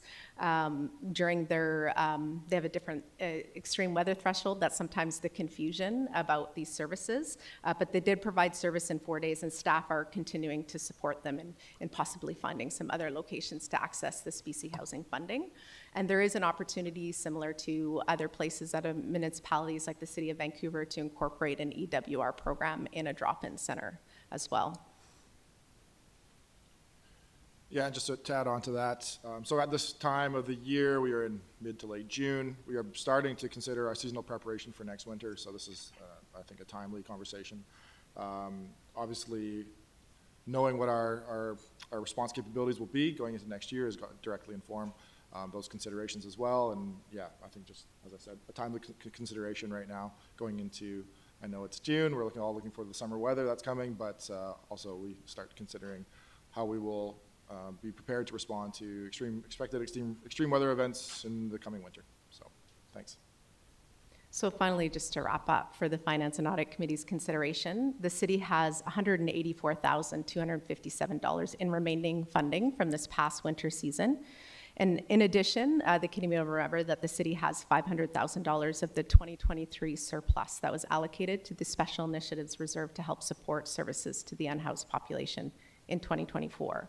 So the report outlines 2 options for the committee to consider. However, staff are recommending that the Finance and Audit Committee recommend that Council allocate the $400,000 from Special Initiative Reserve and reallocate the remaining 2023-2024 winter season funding to match funds provided by the Reaching Home Community Advisory Board to support up to 2 year-round drop-in hubs that could also serve as warming and cooling center services for the City of Nanaimo extreme weather response starting in this 2024 winter season, and to direct staff for us to be able to come back to Council with an evaluation of those drop-in hub services as part of the city's extreme weather response for future funding considerations in the summer of 2025.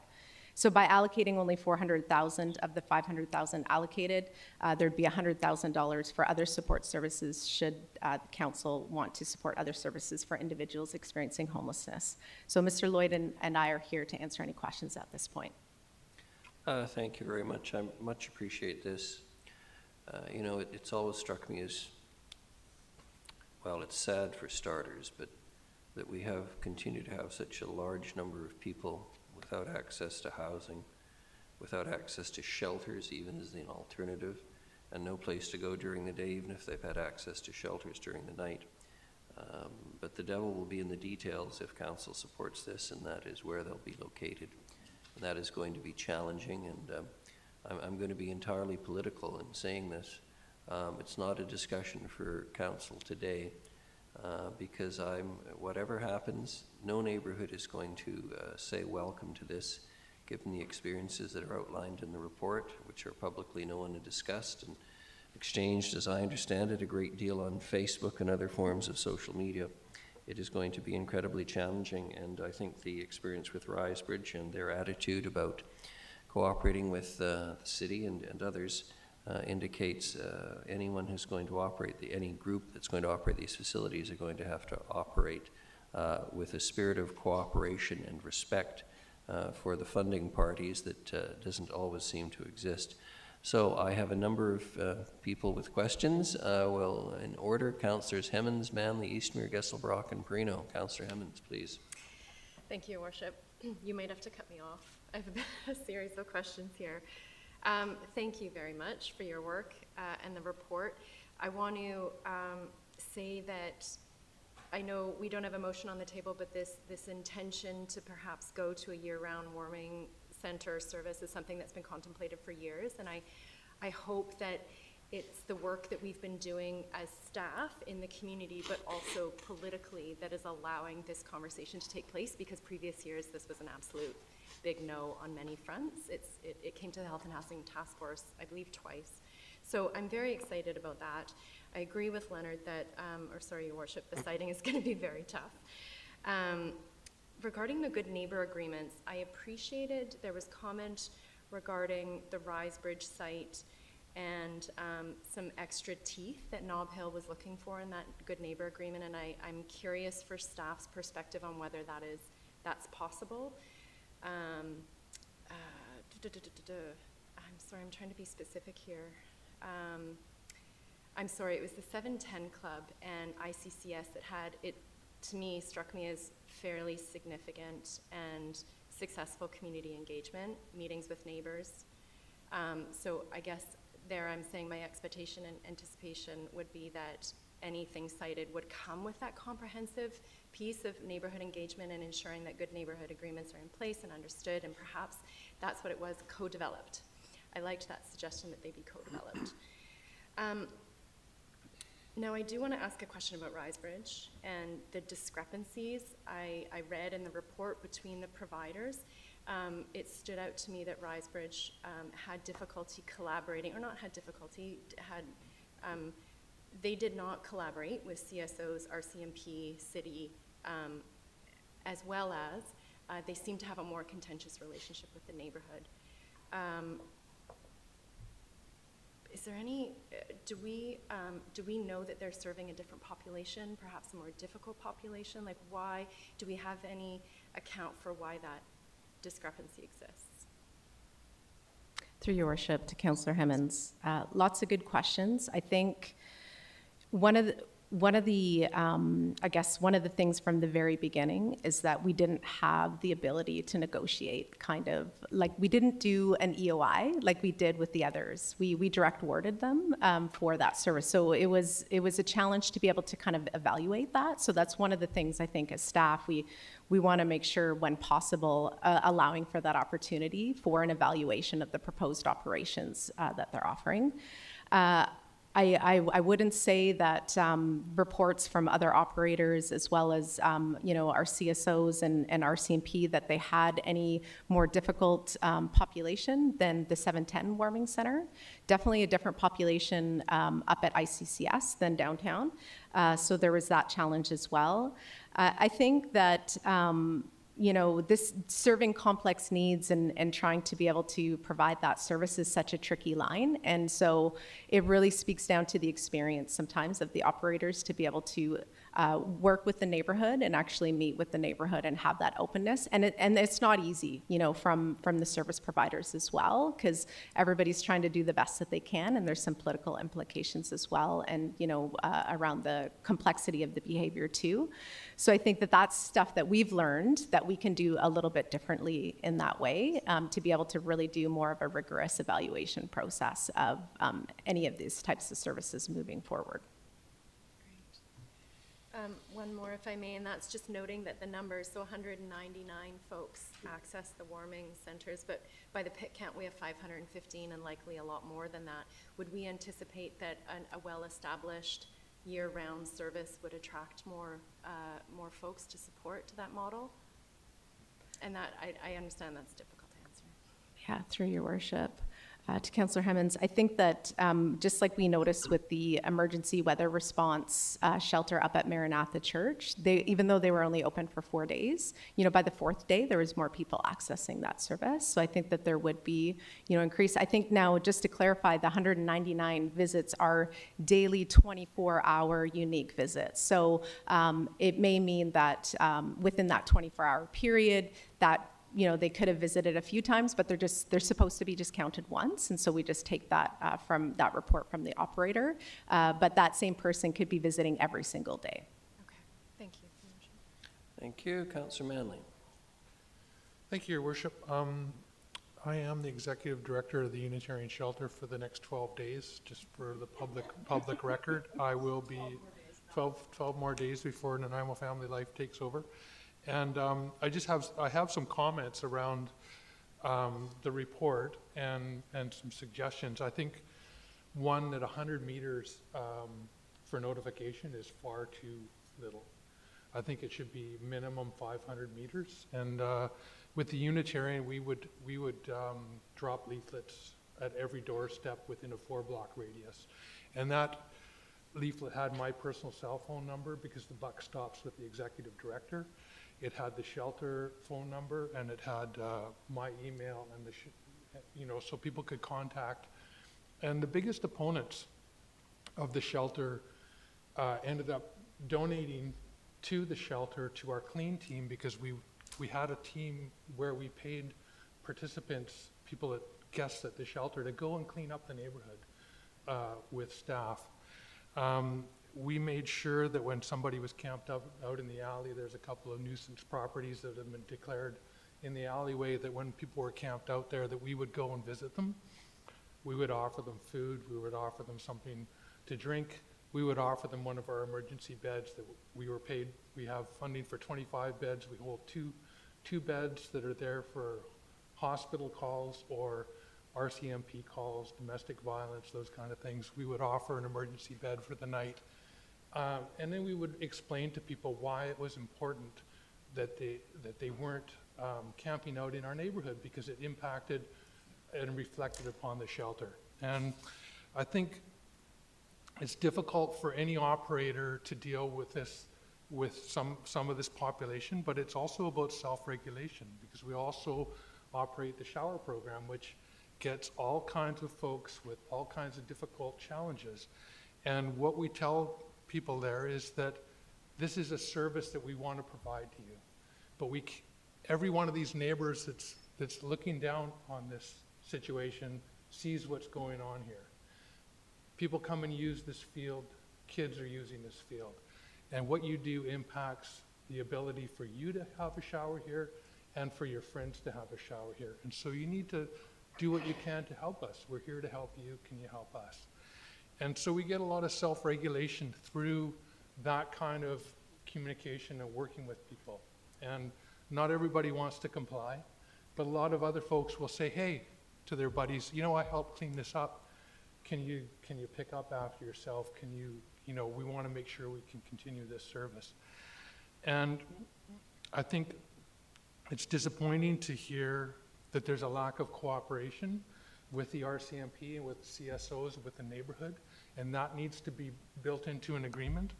And I understand, like last year, there wasn't an application when there was a call for applications. There's kind of a pattern here of waiting till the snow is flying and the temperature's down, and then putting out a press release demanding action from the city or senior levels of government to come through with funding to operate these kind of facilities, which is problematic. Around the cab contribution, I just want to say that is a major contribution. There's a small amount of money here, like $1 million is peanuts for this response for homelessness.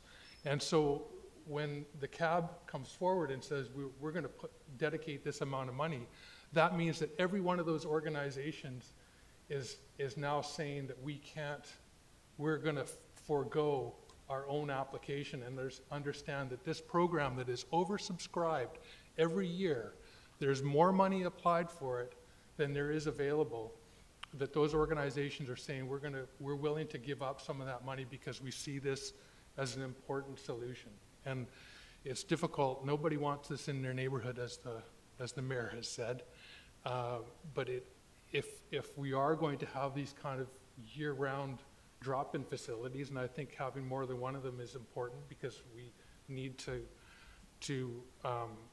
disperse operations, and that's why it was important the other night that we don't have drop-in facilities at supportive housing units, that those supportive housing facilities only are there to support the residents that are staying there, that we have a dispersal model, and that we work on serious contracts that make sure that the operators are working with the neighborhoods and responding to the neighbors and making sure that the impact is mitigated as much as humanly possible. So yeah, those are some of my comments. I'm fully supportive of this model because it prepares us when we have a drop-in center where people can have access to social services, laundry, showers, some human dignity, food, and be able to get navigation to some of the other services that are in the community and to some of the other things that BC Housing is promising us. That it's going to be an important addition to what we do in terms of serving people. I know we in our program here we have a whole lot of really upsetting letters from the Nob Hill Neighborhood Association and the Nob Hill neighborhood about their experience. And I know we've had emails about what happened around the Meredith Road situation as well. We saw a number of emails in that area as well, and it just speaks to the need for a comprehensive response and collaboration between operators, the CSOs, the RCMP, other service providers to make sure that we mitigate these kind of impacts, because it's difficult for any neighborhood, and we need to do what we can in what is really a crisis in our community. And I live half a block from Bowen Park. I walk through the park and I see people camped out in the park in an area that I've lived in for 22 years, half a block from the park, and I'm not happy with the changes I've seen in my park. I'd rather have people with places to go rather than camping out in my community park. So with that, I will just say that I support the intent of option one, and look forward to further discussion on it. Thank you. Thank you very much. And in light of the time, and I know there's going to be a great deal of further discussion, we're going to take the morning break now because we're not going to finish this item in a timely way. So let's take the morning break. We'll reconvene, and then it's Councillors Eastinger, Gesselrock, and Perino in order, please.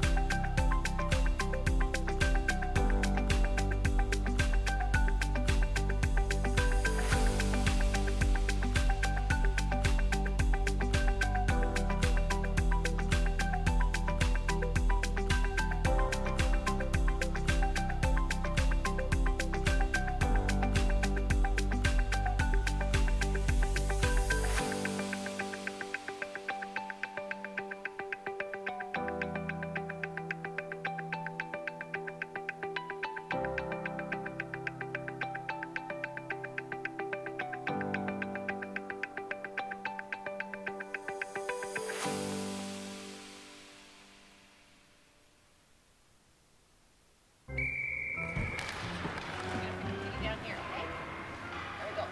Tiana. Hey.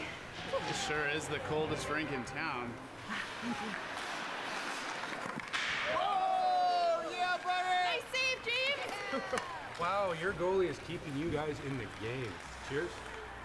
Oh, man, that's hot. Sorry, that's the way I like it. Oh. Go, go, go, go, go, go!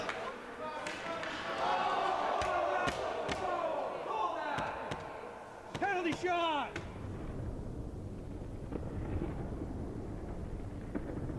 Scalds from hot drinks are a leading cause of hospitalization for children under 5. 2 minutes, down in the front, unsportsmanlike conduct. Hot tea and coffee will cause serious burns to a child in less than a second. Got a kid? Use the lid.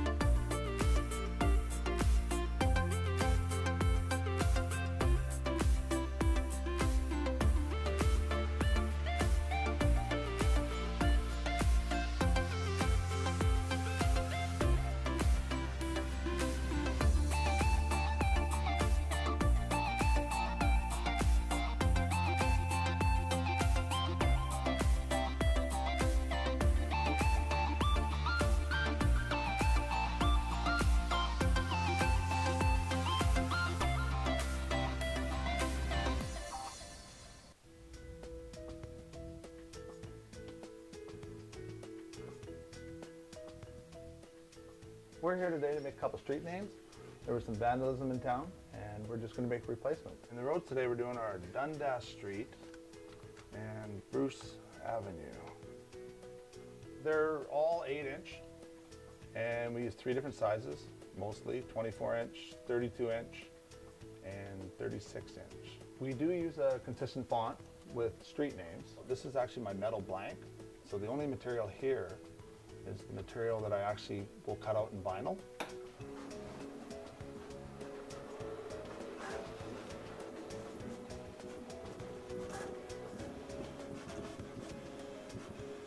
From here we have to take out the vinyl that's not needed, which is the outer. So all we want to do is save the inside borders.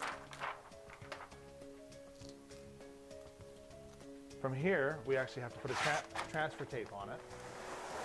And what this does is it allows us to take the blue vinyl and pull it away from the clear backing that it's on so we can apply it to our aluminum blank. Now that we have our 2-sheeted piece of vinyl, we take our aluminum blank, which has high intensity diamond grade, which you can see behind me. We have all different colors. We have orange, yellow, white, depending on the type of signs. Most of our white signs are regulatory, and the yellow ones are warning signs. And right here, all I'm doing is pushing the transfer tape a little tighter to the vinyl. And then from there, we peel it back, our plastic, which basically leaves us with a big sticker. We put it on the aluminum.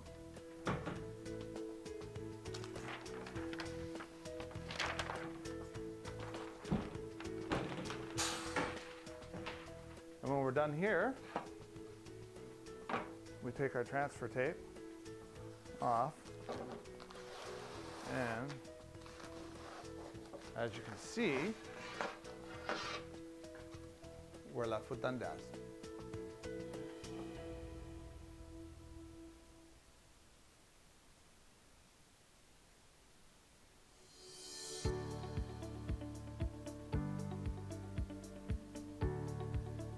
We're here at Bruce and Dundas. Somebody's stolen the street names that were here, so we're here to replace them. Our sign shop has just generated us 2 signs, so I'm going to go through the process of putting it together and reinstalling the street names. First thing, we got to center the signs. We do everything on this truck. We've got all the equipment on here to build, install, remove, repair, whether it's street signs, street names, posts, banners, Christmas decorations, and so forth. I'm going to basically just put the sign in the brackets, and we'll be doing both signs, of course. So I've got a cross bracket that I'm going to put in, and then add the top sign, which is this street we're on, Dundas. Sorry, do the same there. We put the street that we're coming up to on the bottom, so they all basically have the same. The cross street will be on the top. We got to put some bolts in to secure them so nobody will steal the street name. We're ready to go. Just put this back and we'll go out and install this where the missing one is. Every year we do what we call a stop sign survey, where we go around and check all the stops. We clean them, make sure they're in the right spots, in good condition, not bent, and we also clean the street names, make sure they're good. As we're doing that, if there's ones that we decide we want to replace, we do that at that time. This year we're looking at approximately about 120 sets. It's very expensive to do, but we're continually, weekly changing street names because of either them getting damaged or people breaking them and taking them. So I'll put this on, and then I put a bolt through to secure it to the post. There we go. And that's good, we're done. Dundas and Bruce Ave are now ready to go.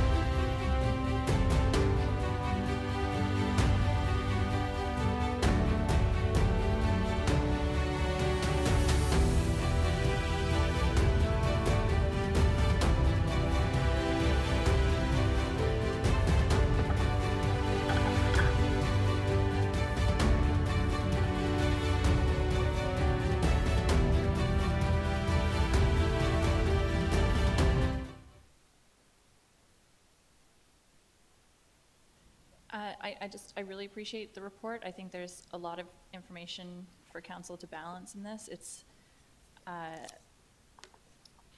I'm really glad to see us heading in this direction, because I think this is what's really needed as far as a consistent location or two that are year-round and reliable and can be properly resourced so that people have access to the additional supports that they need. And I really appreciate everything we've done to this point. We've kind of limped along and made do, and I think this is a great example of a partnership between the city and with Reaching Home and the NCAB. So I'm optimistic that this is going to help lead to a project that is, that really serves the needs of the residents who need it and work for the areas where we choose to situate these. And I know I hear a lot that we shouldn't have drop-in spaces in residential areas. And for me, that I'm like, what is a city? A city is like a giant residential area. But there are considerations that that we need to seriously look at when we're taking into consideration what the impact on the neighborhood is, what the buffer zones are, what other services are around. So I really see this being a holistic and well thought out approach to that, and so I'm really glad to see that. I am wondering what we're doing for cooling this summer. So I guess that would be my one question.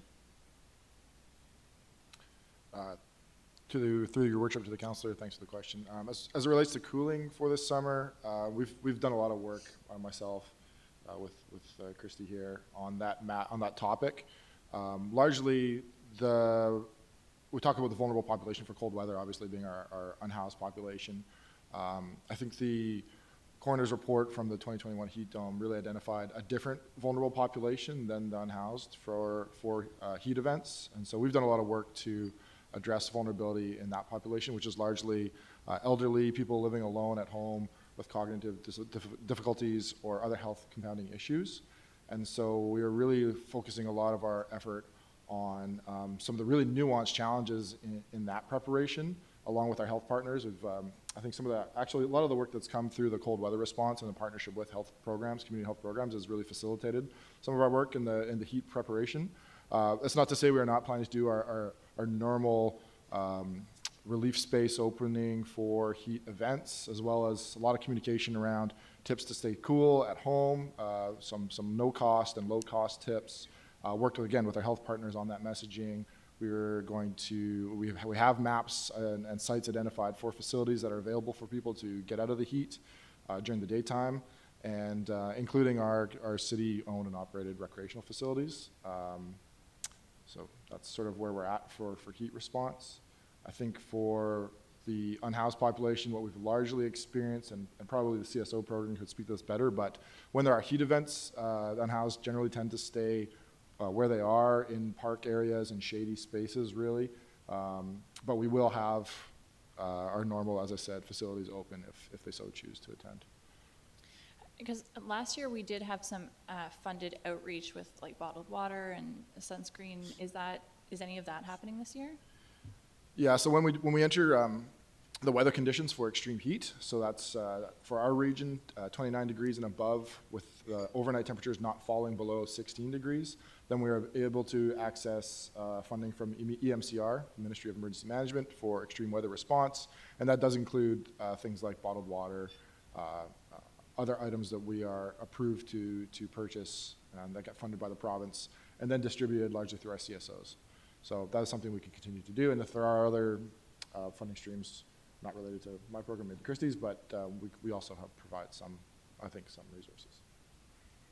And I can just add on, if you'll remember last year, we had access to the Strengthening Communities Fund, and so we preemptively gave out between $2,000 to $3,000 to community partners that were doing outreach to be bringing out water, sunscreen, hat. We don't have access to those funds this summer, so largely we'll be relying on the EMCR funds. And as Mr. Lloyd said, we've done a lot of work around that. We've held our preseason meeting with our community partners. We've collected preemptively budgets and things like that they might need to do for outreach supplies, or if they can enhance like some daytime programming for allowing people to come inside. So we have those budgets ready. So if we do hit those heat thresholds, as Mr. Lloyd said, then Mr. Lloyd is able to upload and request those funds. So we kind of do as much work as we can until the temperatures actually provide. Thank you. Thank you. Councillor Gesselbrock. Thanks, Mayor. First, I don't know if it's appropriate to move the recommendation, option 1. Seconded, Councillor Hemmons.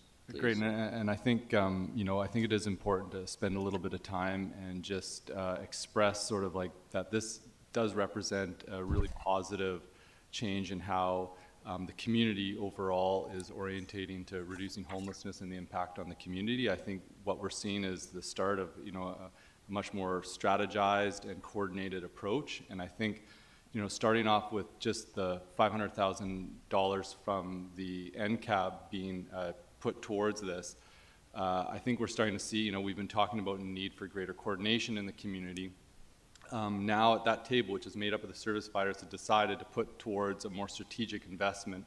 And it does mean that it's funding that doesn't go to agencies that historically, been dependent on this funding and, that have staff. And I really have to commend the leadership of Christy Wood, bringing this to the table, and also the work of the SBO that has brought people together to discuss the importance of this. And what these daytime hubs mean are not only is it a much more strategic way of providing services, by having a set funding and a set location, we're going to be able to standardize how these services are going to be provided. So that means setting standards and an agreement on how community safety is dealt with, the community cleaning, a standard of how they're operating, as opposed to going out last minute when we're under duress, trying to find an operator last minute where all those sort of rules and standards aren't in place. And so I think we'll see greater community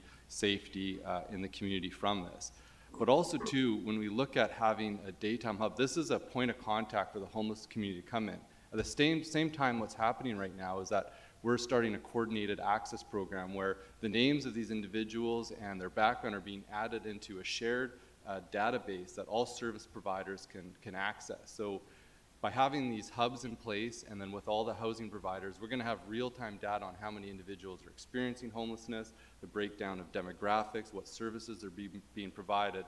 That's going to really allow us to have a much more accurate picture of what we're dealing with and what services and what approaches we're going to do, and also our whole advocacy plan from that. And I think just in terms of being able to address, being able to scale up for the warming and cooling facilities, because in the past it's just been reactive when it's happening, this allows us to have a bit more consistency in terms of how it's being staffed, so that we can immediately mobilize in a much more organized fashion. And I think it's going to take a lot of pressure off staff going forward in the future. And then I think also recognizing too how this integrates with our CSO program. It's been a huge complaint not having places, you're moving people off his doorsteps where to bring them. And now our CSOs can have a location that is more consistent to be able to direct people. And then you also have to think about too, now that we have set locations, these are areas where our community service providers can have consistent spot to be operating out of, to be able to access individuals that are accessing the services, to provide them options for moving them along the healthcare continuum and housing continuum, access proper housing services and healthcare services. Because the ultimate goal is to reduce the number of people that are in homelessness. So I really see that these two hubs are a start of a more organized and established system to deal with this chronic growing problem, so that we can be more strategic and effective in reducing the number and the impact on the community. And so I think, large congratulations needs to go to staff for the work being done on this. And I think that we're starting to see the effects of having the SBO in place and our staff working more coordinated with the SBO and the community service providers. And so I'm very excited about this going forward, and I think it gives a good start to build upon. And I think it's important for the community to understand that this is going to be able to provide much more safer, well-organized services for homelessness that is going to reduce the impact that it is going to have on the wider community. Thank you. Thank you. Councillor Prino.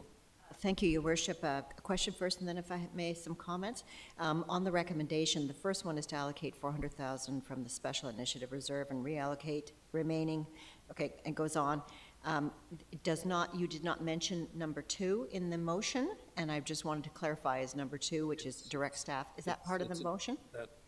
To both sections of the motion. Thank you. Okay, good. It's the recommended motion. Thank you. I appreciate that. Okay, and so for some comments, I want to first thank the staff for bringing this report now. Yes, it's a hot day, perfect time to do it. Let's make sure that we're ready for the winter. So that's very good.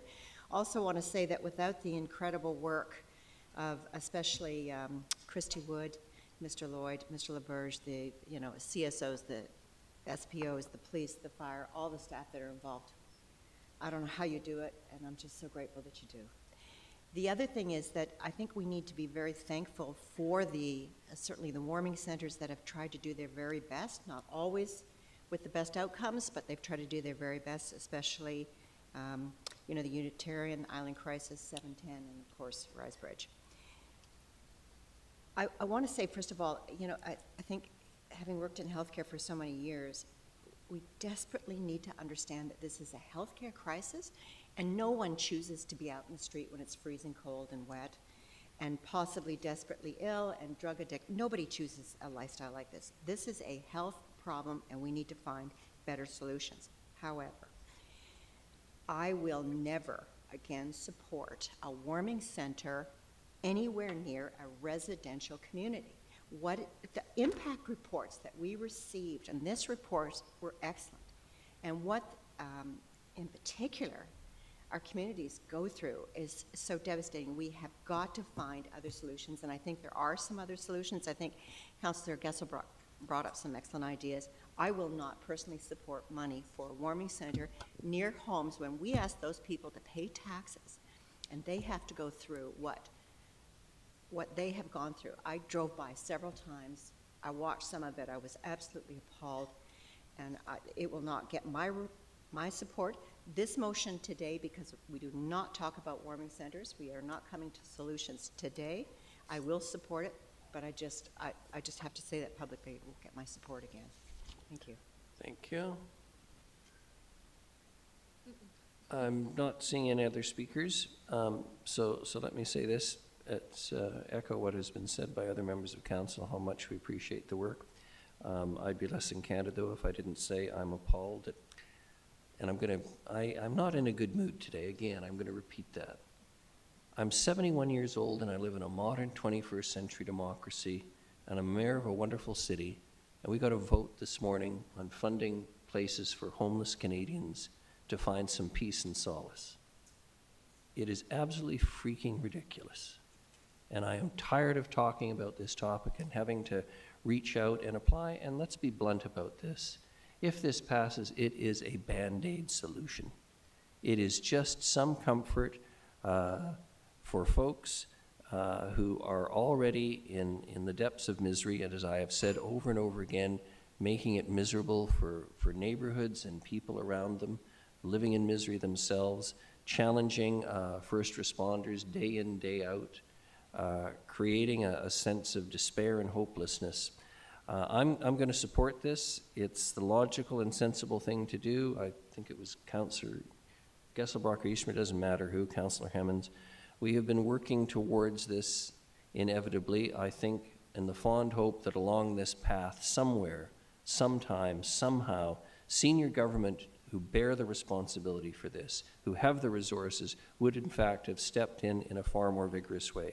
I am incredibly grateful to the province to the extent that they have been funding housing and supportive services and violent health and all those, but it is clearly not enough. And what we are doing today is simply providing some comfort, and it is just that, some comfort. Councillor Gesselbrock talks about, providing services, way we connect them. And I have to say quite bluntly, what services, what detox beds are there? What continuum of care is really available? Does it mean simply we keep you alive for a few more days to get you punted up to the hospital when you're in the middle of a psychotic episode and keep you there for a day or two and then punch you back on the street? In any event, I shouldn't be so negative. This is a positive step. It will be frustrating for folks wherever these sites are located, and council be prepared for the political firestorm that will follow once sites are chosen, as they inevitably will have to be. But this day was coming. It's come. I'm glad it's in front of us. And again, thank you to staff for bringing it forward. All those in favor? Any opposed? None. Motion carries. Thank you very much. Appreciate this morning. The next is C, Home Energy Retrofit Financing Program. Mr. Home, good morning. Thank you. Good morning, Your Worship and committee members.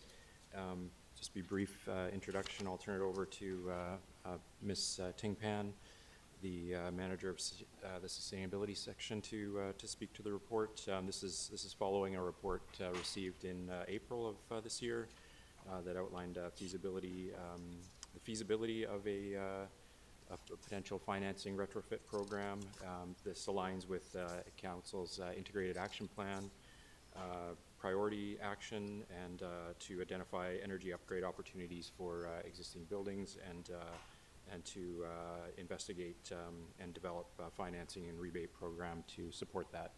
I'll turn it over to Ms. Pan, who manages the sustainability section. Mr. Stewart, Dave Stewart, sustainability planner, is here as well, and our environmental planner, sorry, and they're the small but talented sustainability section that's leading this program and many others. Thanks. Thank you very much, Mr. Holm, Ms. Pan, Mr. Stewart. Thank you for coming this morning. Please.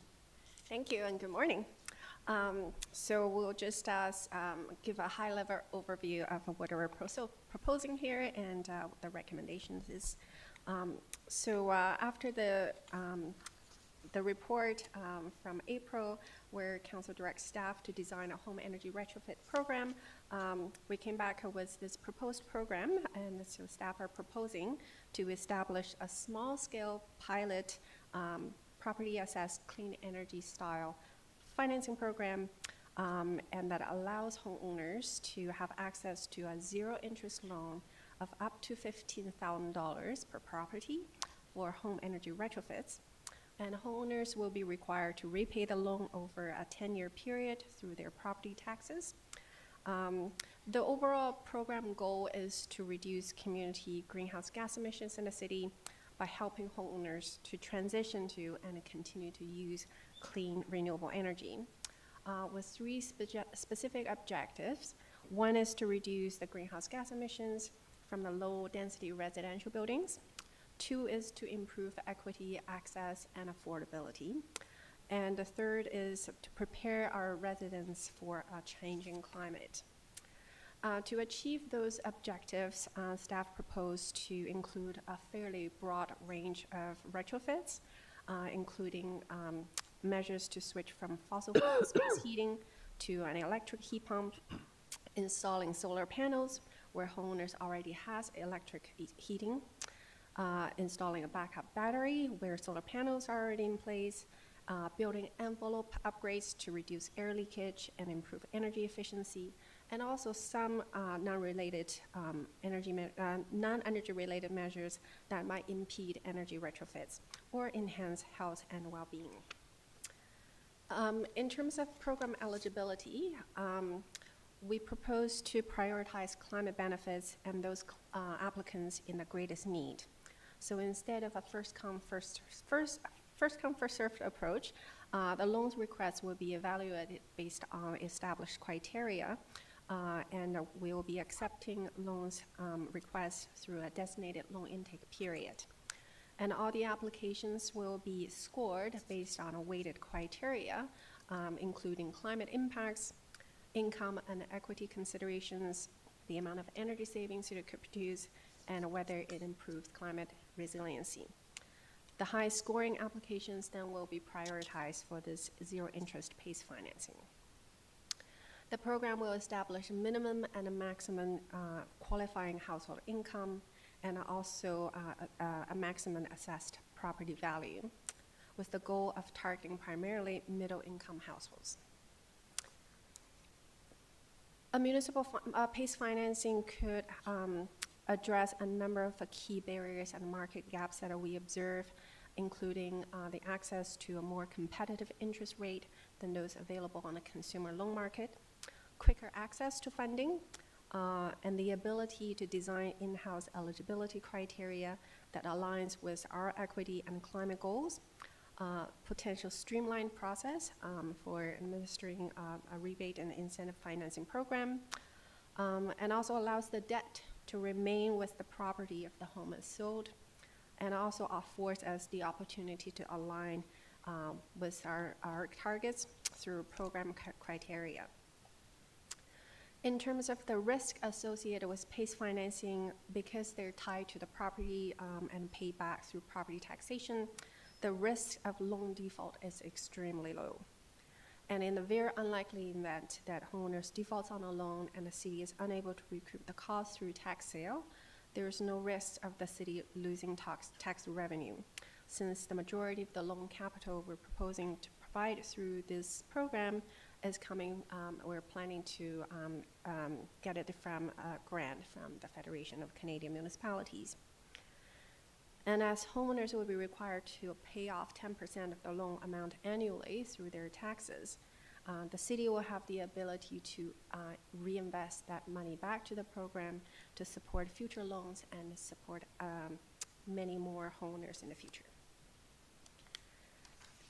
And as the committee members might be aware that there are precedents in British Columbia for pay-style financing program using the local area service bylaw that already exist in Saanich and Central Saanich.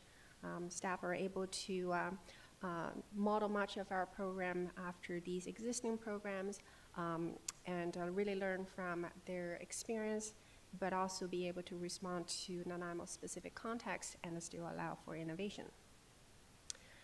And to ease the administrative burden, staff intend to select a third-party administrator to manage program sign-up, customer support, and loan administration.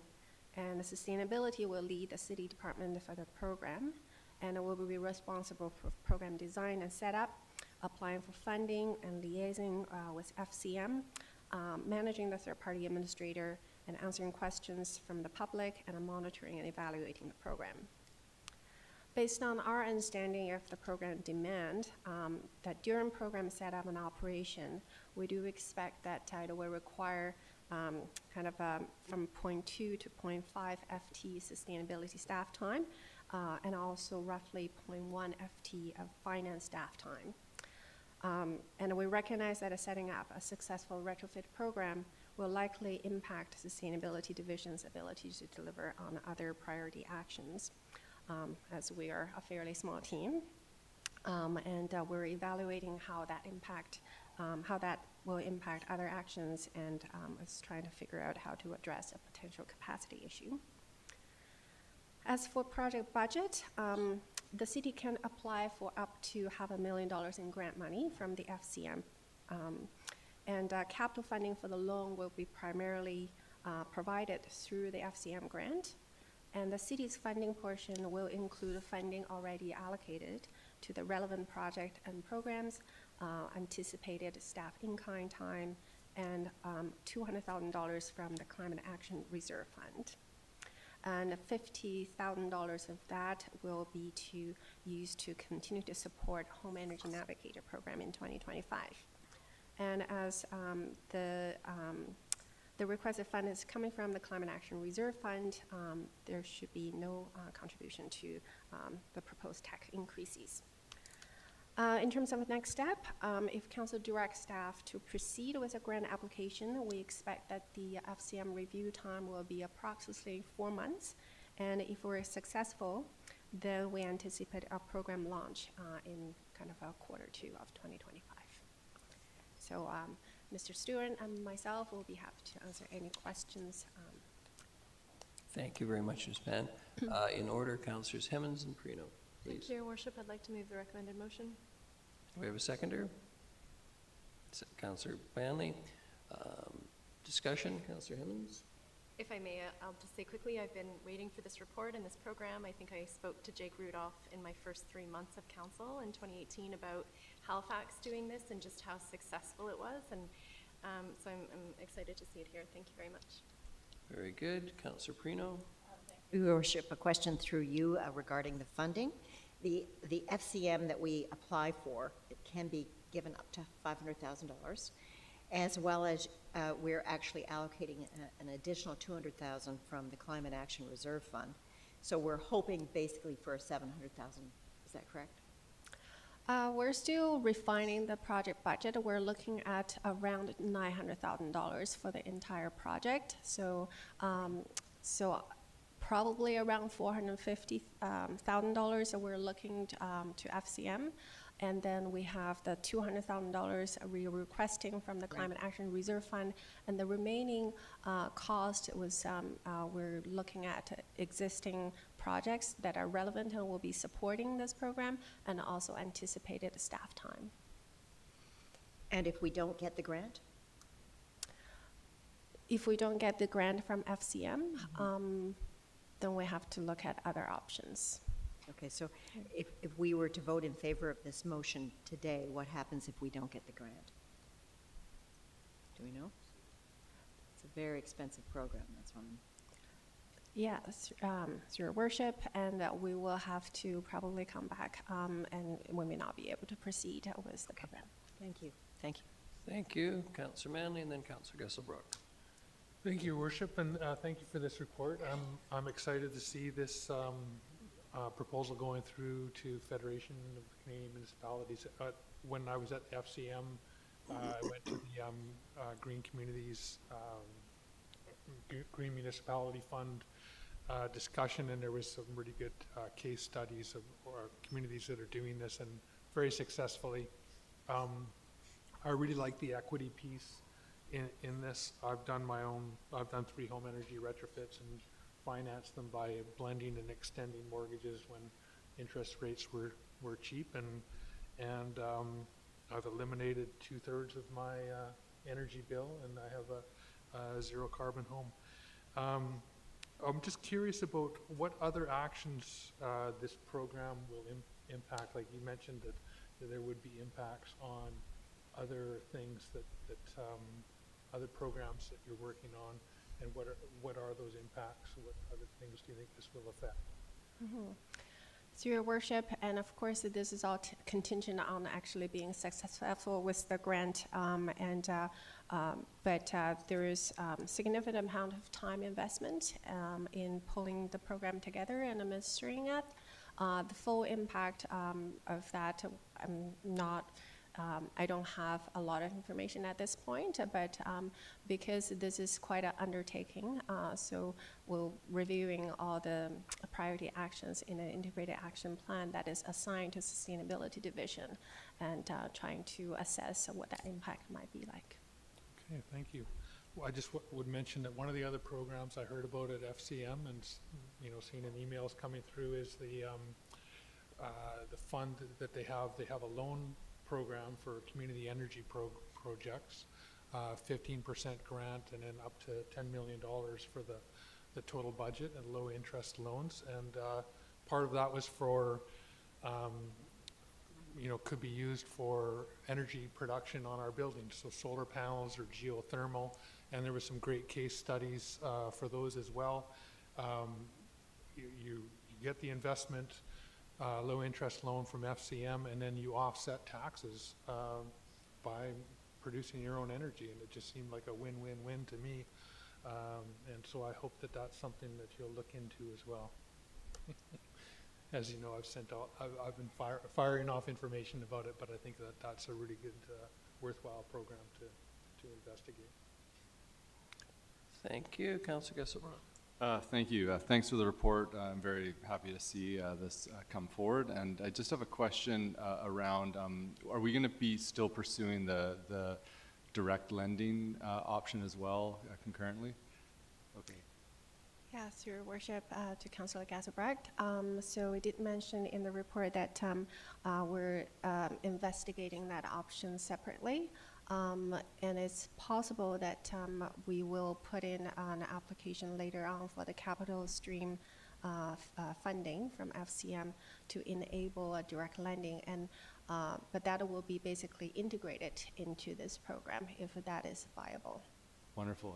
It's a big nut to crack, sort of being able to retrofit the current building stock, and I really appreciate the work that's gone into it. And I think your team's really been extremely productive and punching above your weight, so I appreciate that. And I think the question is, like, I do recognize that this will, have to look at the prioritization within the action plan. I think the question to Mr. Lindsay is like, given this next budget cycle, I think the sustainability team has a very ambitious work plan and a lot of work, and looking if there is business cases or a case be made about looking at options of increasing, you know, the staffing in that section to bring that forward, just recognizing the large workload that this team has. So thank you.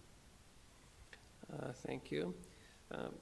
I'm happy to support this, and I'm particularly pleased to see that unlike many programs, and particularly those that were brought in by the federal government some years ago to encourage, for instance, you know, families engaging their children in sports activities by way of a tax break, this is actually aimed at people who would not otherwise have the income available to do this and are in the greatest need, and I think that's an incredibly important aspect of this. I'm not a fan of programs that enable, no offense, comfortable middle-class people, for instance, to buy Teslas when the rest of the world is happy to put gas in the tank of an aging automobile, and if it breaks down, they lose their employment. So it's this kind of approach that I think makes the most sense, and well done.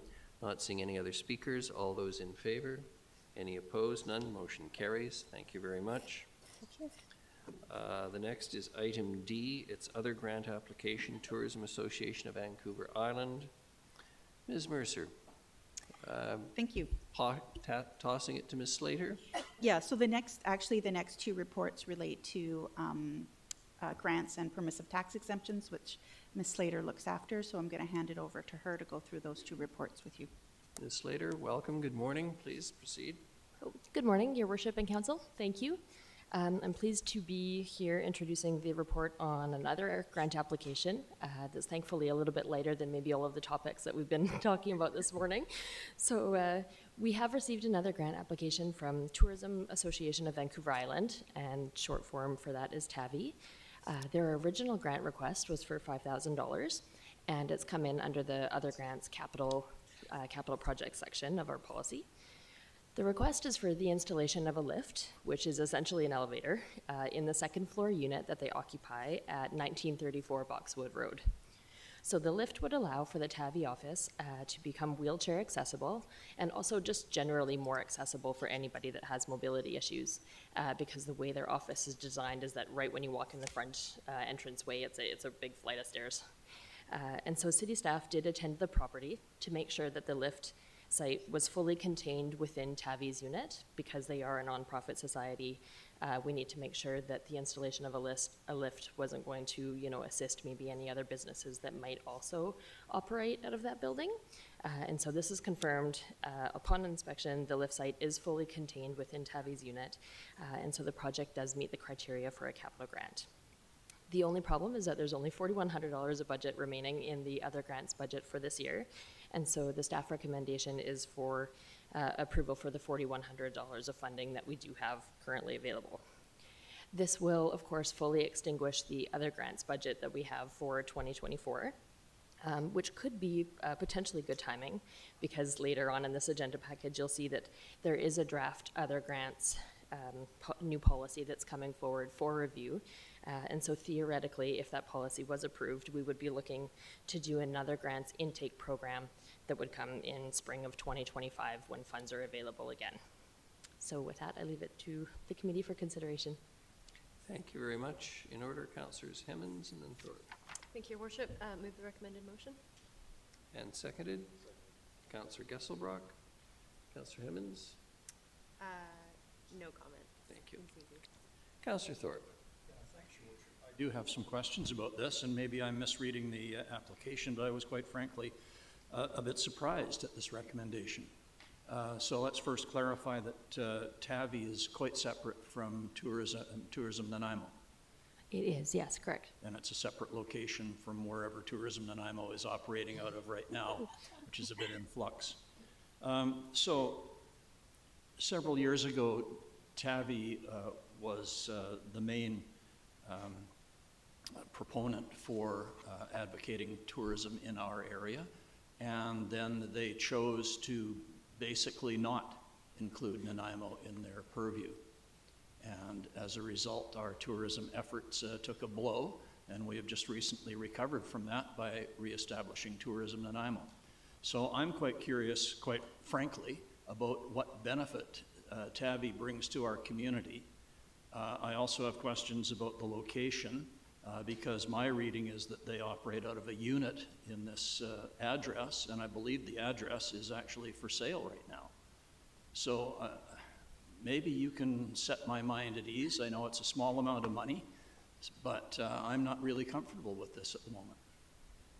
Through the chair to you, Councillor Thorpe, to first address the addressing issue, there definitely is an addressing issue that's happening, and it would appear that there's a unit for sale with that same address, but there were issues with the addressing and the folios, and so I can assure you that the unit that is for sale is not Tavi's unit. There's corrections to be made in our system for that. I am unfortunately not privy to a lot of the history that I think that you were probably privy to, and so some of that information is new for me. In terms of tourism funding, I believe that TAVI receives other RDT funds and helps to administer those funds for other municipalities, but duly noted that is not Nanaimo.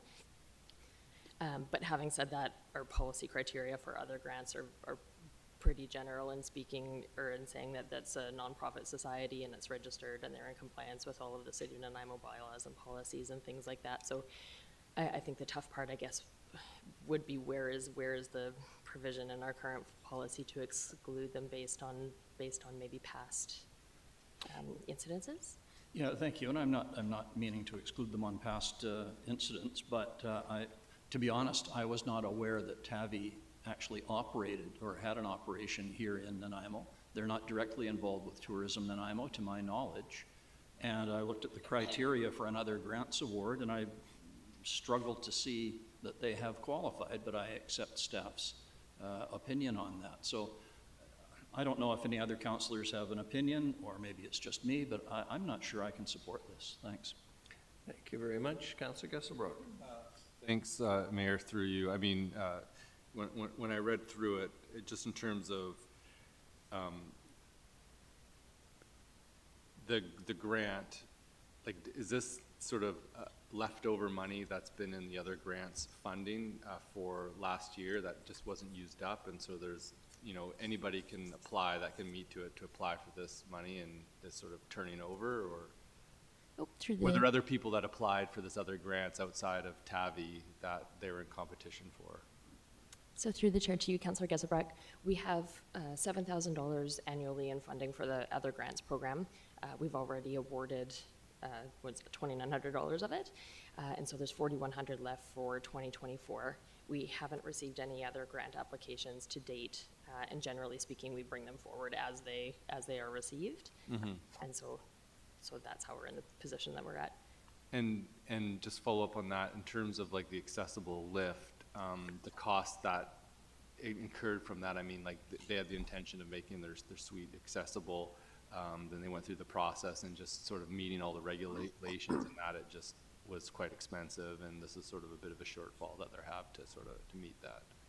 Yes, as far as I can tell through the application process, they initially had quotes, and I think they were trying to get grant funding as well from the province, and so they secured that funding. But of course, in the meantime, there was cost escalations, and so that, I believe, is the reason for them applying to the City of Nanaimo for support through another grant. Yeah, I mean, like, I guess if there was other things to compare it to, this one wouldn't be like the highest on my list in terms of this, and I don't know if, you know, can we foresee other nonprofits in a pinch looking for that extra little bit of funding to deal with something coming forward for the rest of the year on this? Sorry, through the chair to you, Councillor Gesselbrook, that exact issue I'm hoping is addressed in the next agenda item when we look at revising the other grants policy. What we want to do is make it an intake program so that we can evaluate our applications against other applications, and then maybe the merits of all these different applications are, you know, can be considered.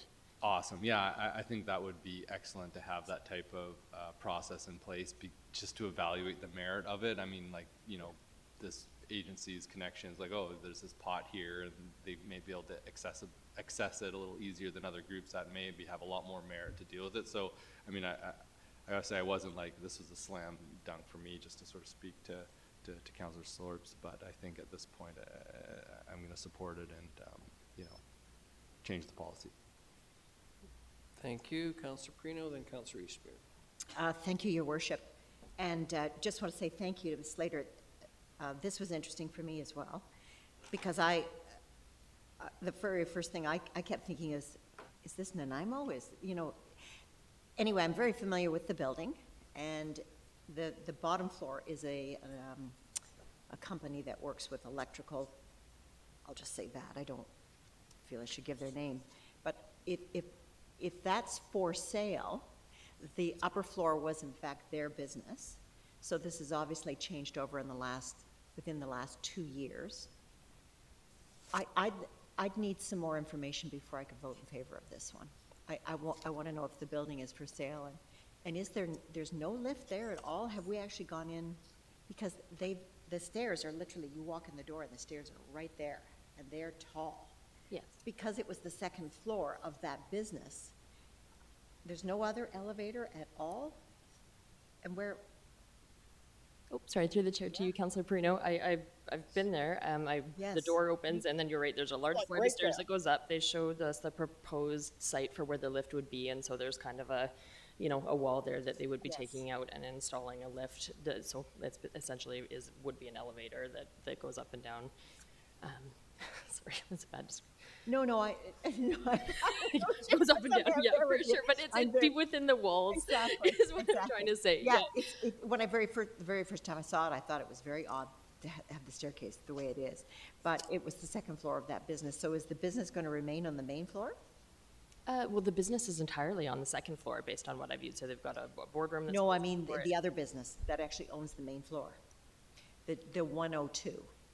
Oh, but they have a separate entrance downstairs, right? So the entrance. Yeah, on the it was side always is- theirs, but the second floor was always theirs. Okay. Yeah. But if council, if Yeah. the committee's direction is absolutely more information, I can look into the operations of TAVI and maybe how much benefit is provided within Nanaimo. Certainly more information. That would be great. I'd prefer to. I'm going to use the word defer. A longer I know. debate consistent with the smaller amount of. I know, but it's Nanaimo's money and it's tourism. Are you moving I'm moving a deferral. Seconded, Councillor Thorpe. Is that sufficient, Ms. Robertson? Is deferral till? Just to vote on the deferral? Excuse me, if you could vote on the deferral as a group? Well, I'm asking it, the motion is simply to defer, but I'm wondering if we want to set a time limit or. To the next meeting? Sorry? To the next finance meeting? Next Finance and Audit Committee meeting. If that's All right. okay for Ms. Slater. Any discussion on the motion? Your Worship, Yes, Councillor Brown. I'm just wondering if the information is fairly minimal. This is just committee and the recommendation would roll over to council. So I'm just not wondering if there's motion that just cannot simply be passed, and then it can be either, if the information can be easily provided prior to that council consideration, then if not, deferred to the next meeting. It's an interesting suggestion, Councillor Brown, but I must tell you, I'm inclined to vote against this. So if the motion doesn't pass, it'll take care of it. So the concept of the deferral is to allow people to get a little more information. I'll be quite candid with everybody. With total revenue of $4,861,834 last year, we're not talking about a mom and pop non-profit that's providing services with a part-time bookkeeper, et cetera, and I appreciate that. So, Yeah, and then in that regard, I'll be voting against this because I won't be voting in favor of the application to begin with. Thank you. all right, any further discussion on the motion to defer? Councillor Manley, sorry. Noted in my e-scribe that attachment B, the whole other grant application is blank. I don't see any information about the actual application, so, thank you. All right, the motion is to defer. All those in favor of deferral? Councillor Hemmons, Councillor Thorpe, Councillor Perino. Those opposed? Councillors Eastmere, Gusselbrock, Mayor Krogh, and Brown. The motion to defer is defeated. We're back to the main motion. Anybody want to make a further discussion on that? The motion's already on the floor. If Sorry? it's- Said the original motion is now back on the floor. Yes, that's what I said. Sorry, Councillor Hemmons, too fast on the button. That's all right. Thank you. I'm sorry, I don't know this off the top of my head. It might be in the report. How long has TAVI operated in that location without a lift? Do we know? My apologies. I don't know off the top of my head. I'd have to This would be check good the title information transfer. to have in the deferral, yeah. Okay, unfortunately, I think I'm switching on this. I'm not comfortable. I would have appreciated more information, but that's passed, so thank you. Thank you. Councillor Eastmere, you want to add to this debate? I guess I struggle with this one a little bit because, yes, it fits with the Advisory Committee on Accessibility and Inclusiveness sort of mandate around making things more accessible. I don't know if this fits for me as like a public building that where I'm really concerned about the public's ability to access this space. And even though it is a not-for-profit social enterprise, I just feel like there's potentially other local organizations doing more publicly accessible work that could potentially use this money. And I think we always come back to this issue of like, could this other grants money be used by other organizations? And it's a simple fact of like many organizations don't even know this money exists or this opportunity to apply for this. So I think that's something, I think someone else brought that up that we need to grapple with a little bit. To Councillor Manley's point about the application being blank, I'm not sure it actually is blank. I think it took mine a minute to populate on my eScribe, so I don't know if that is, it's blank?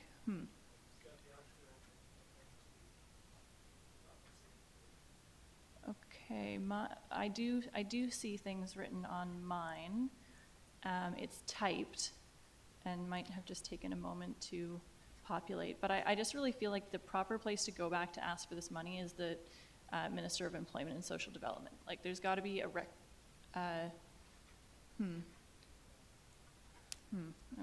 Yeah, I think there has to be a mechanism to recognize when project quotes get provided, costs potentially can escalate from there. And so I don't think this is an appropriate place for us to be providing this. So thank you.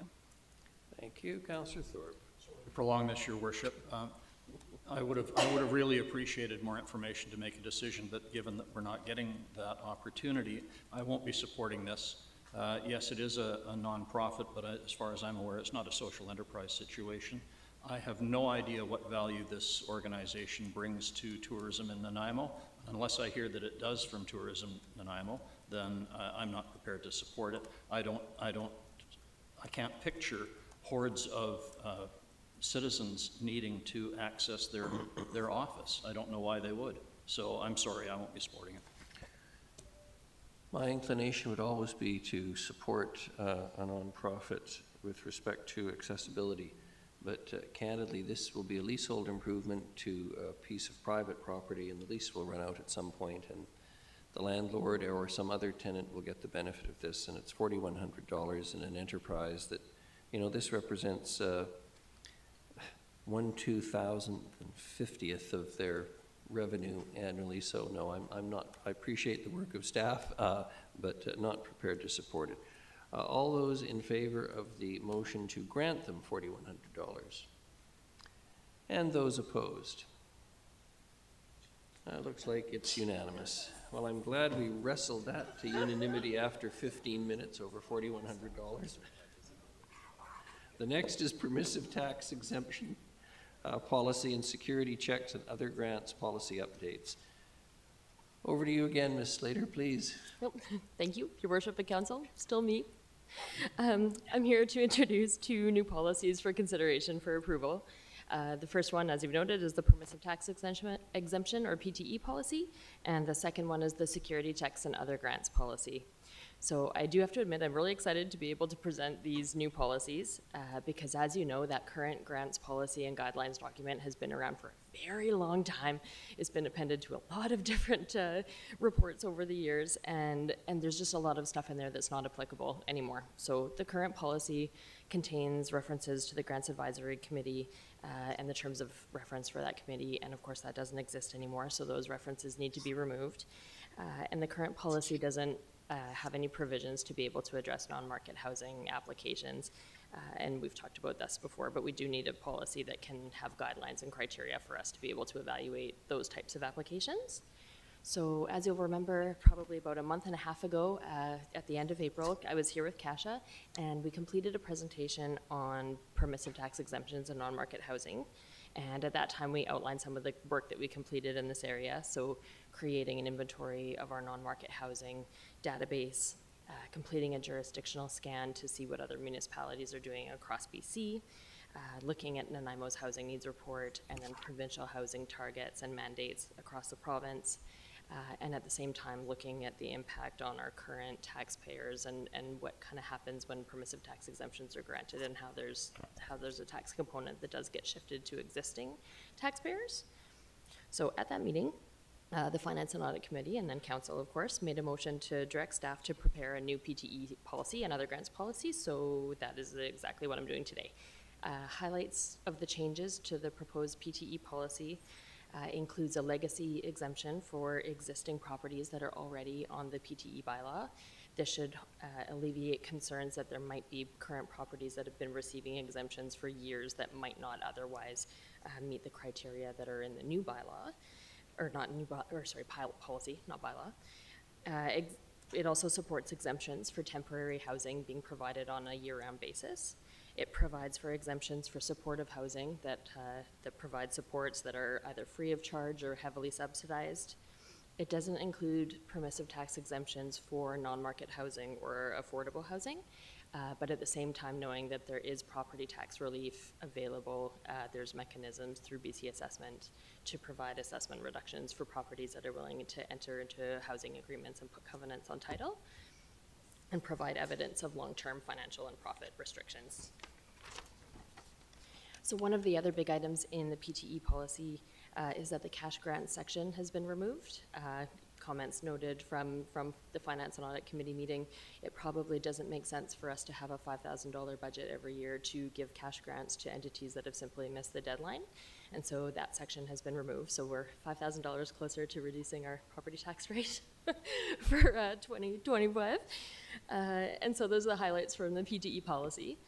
The other grants policy highlights to note, we needed to name it security checks and other grants because we needed a mechanism to have the security check component in there, and that's background checks, criminal record checks on entities that require their volunteers to have those things.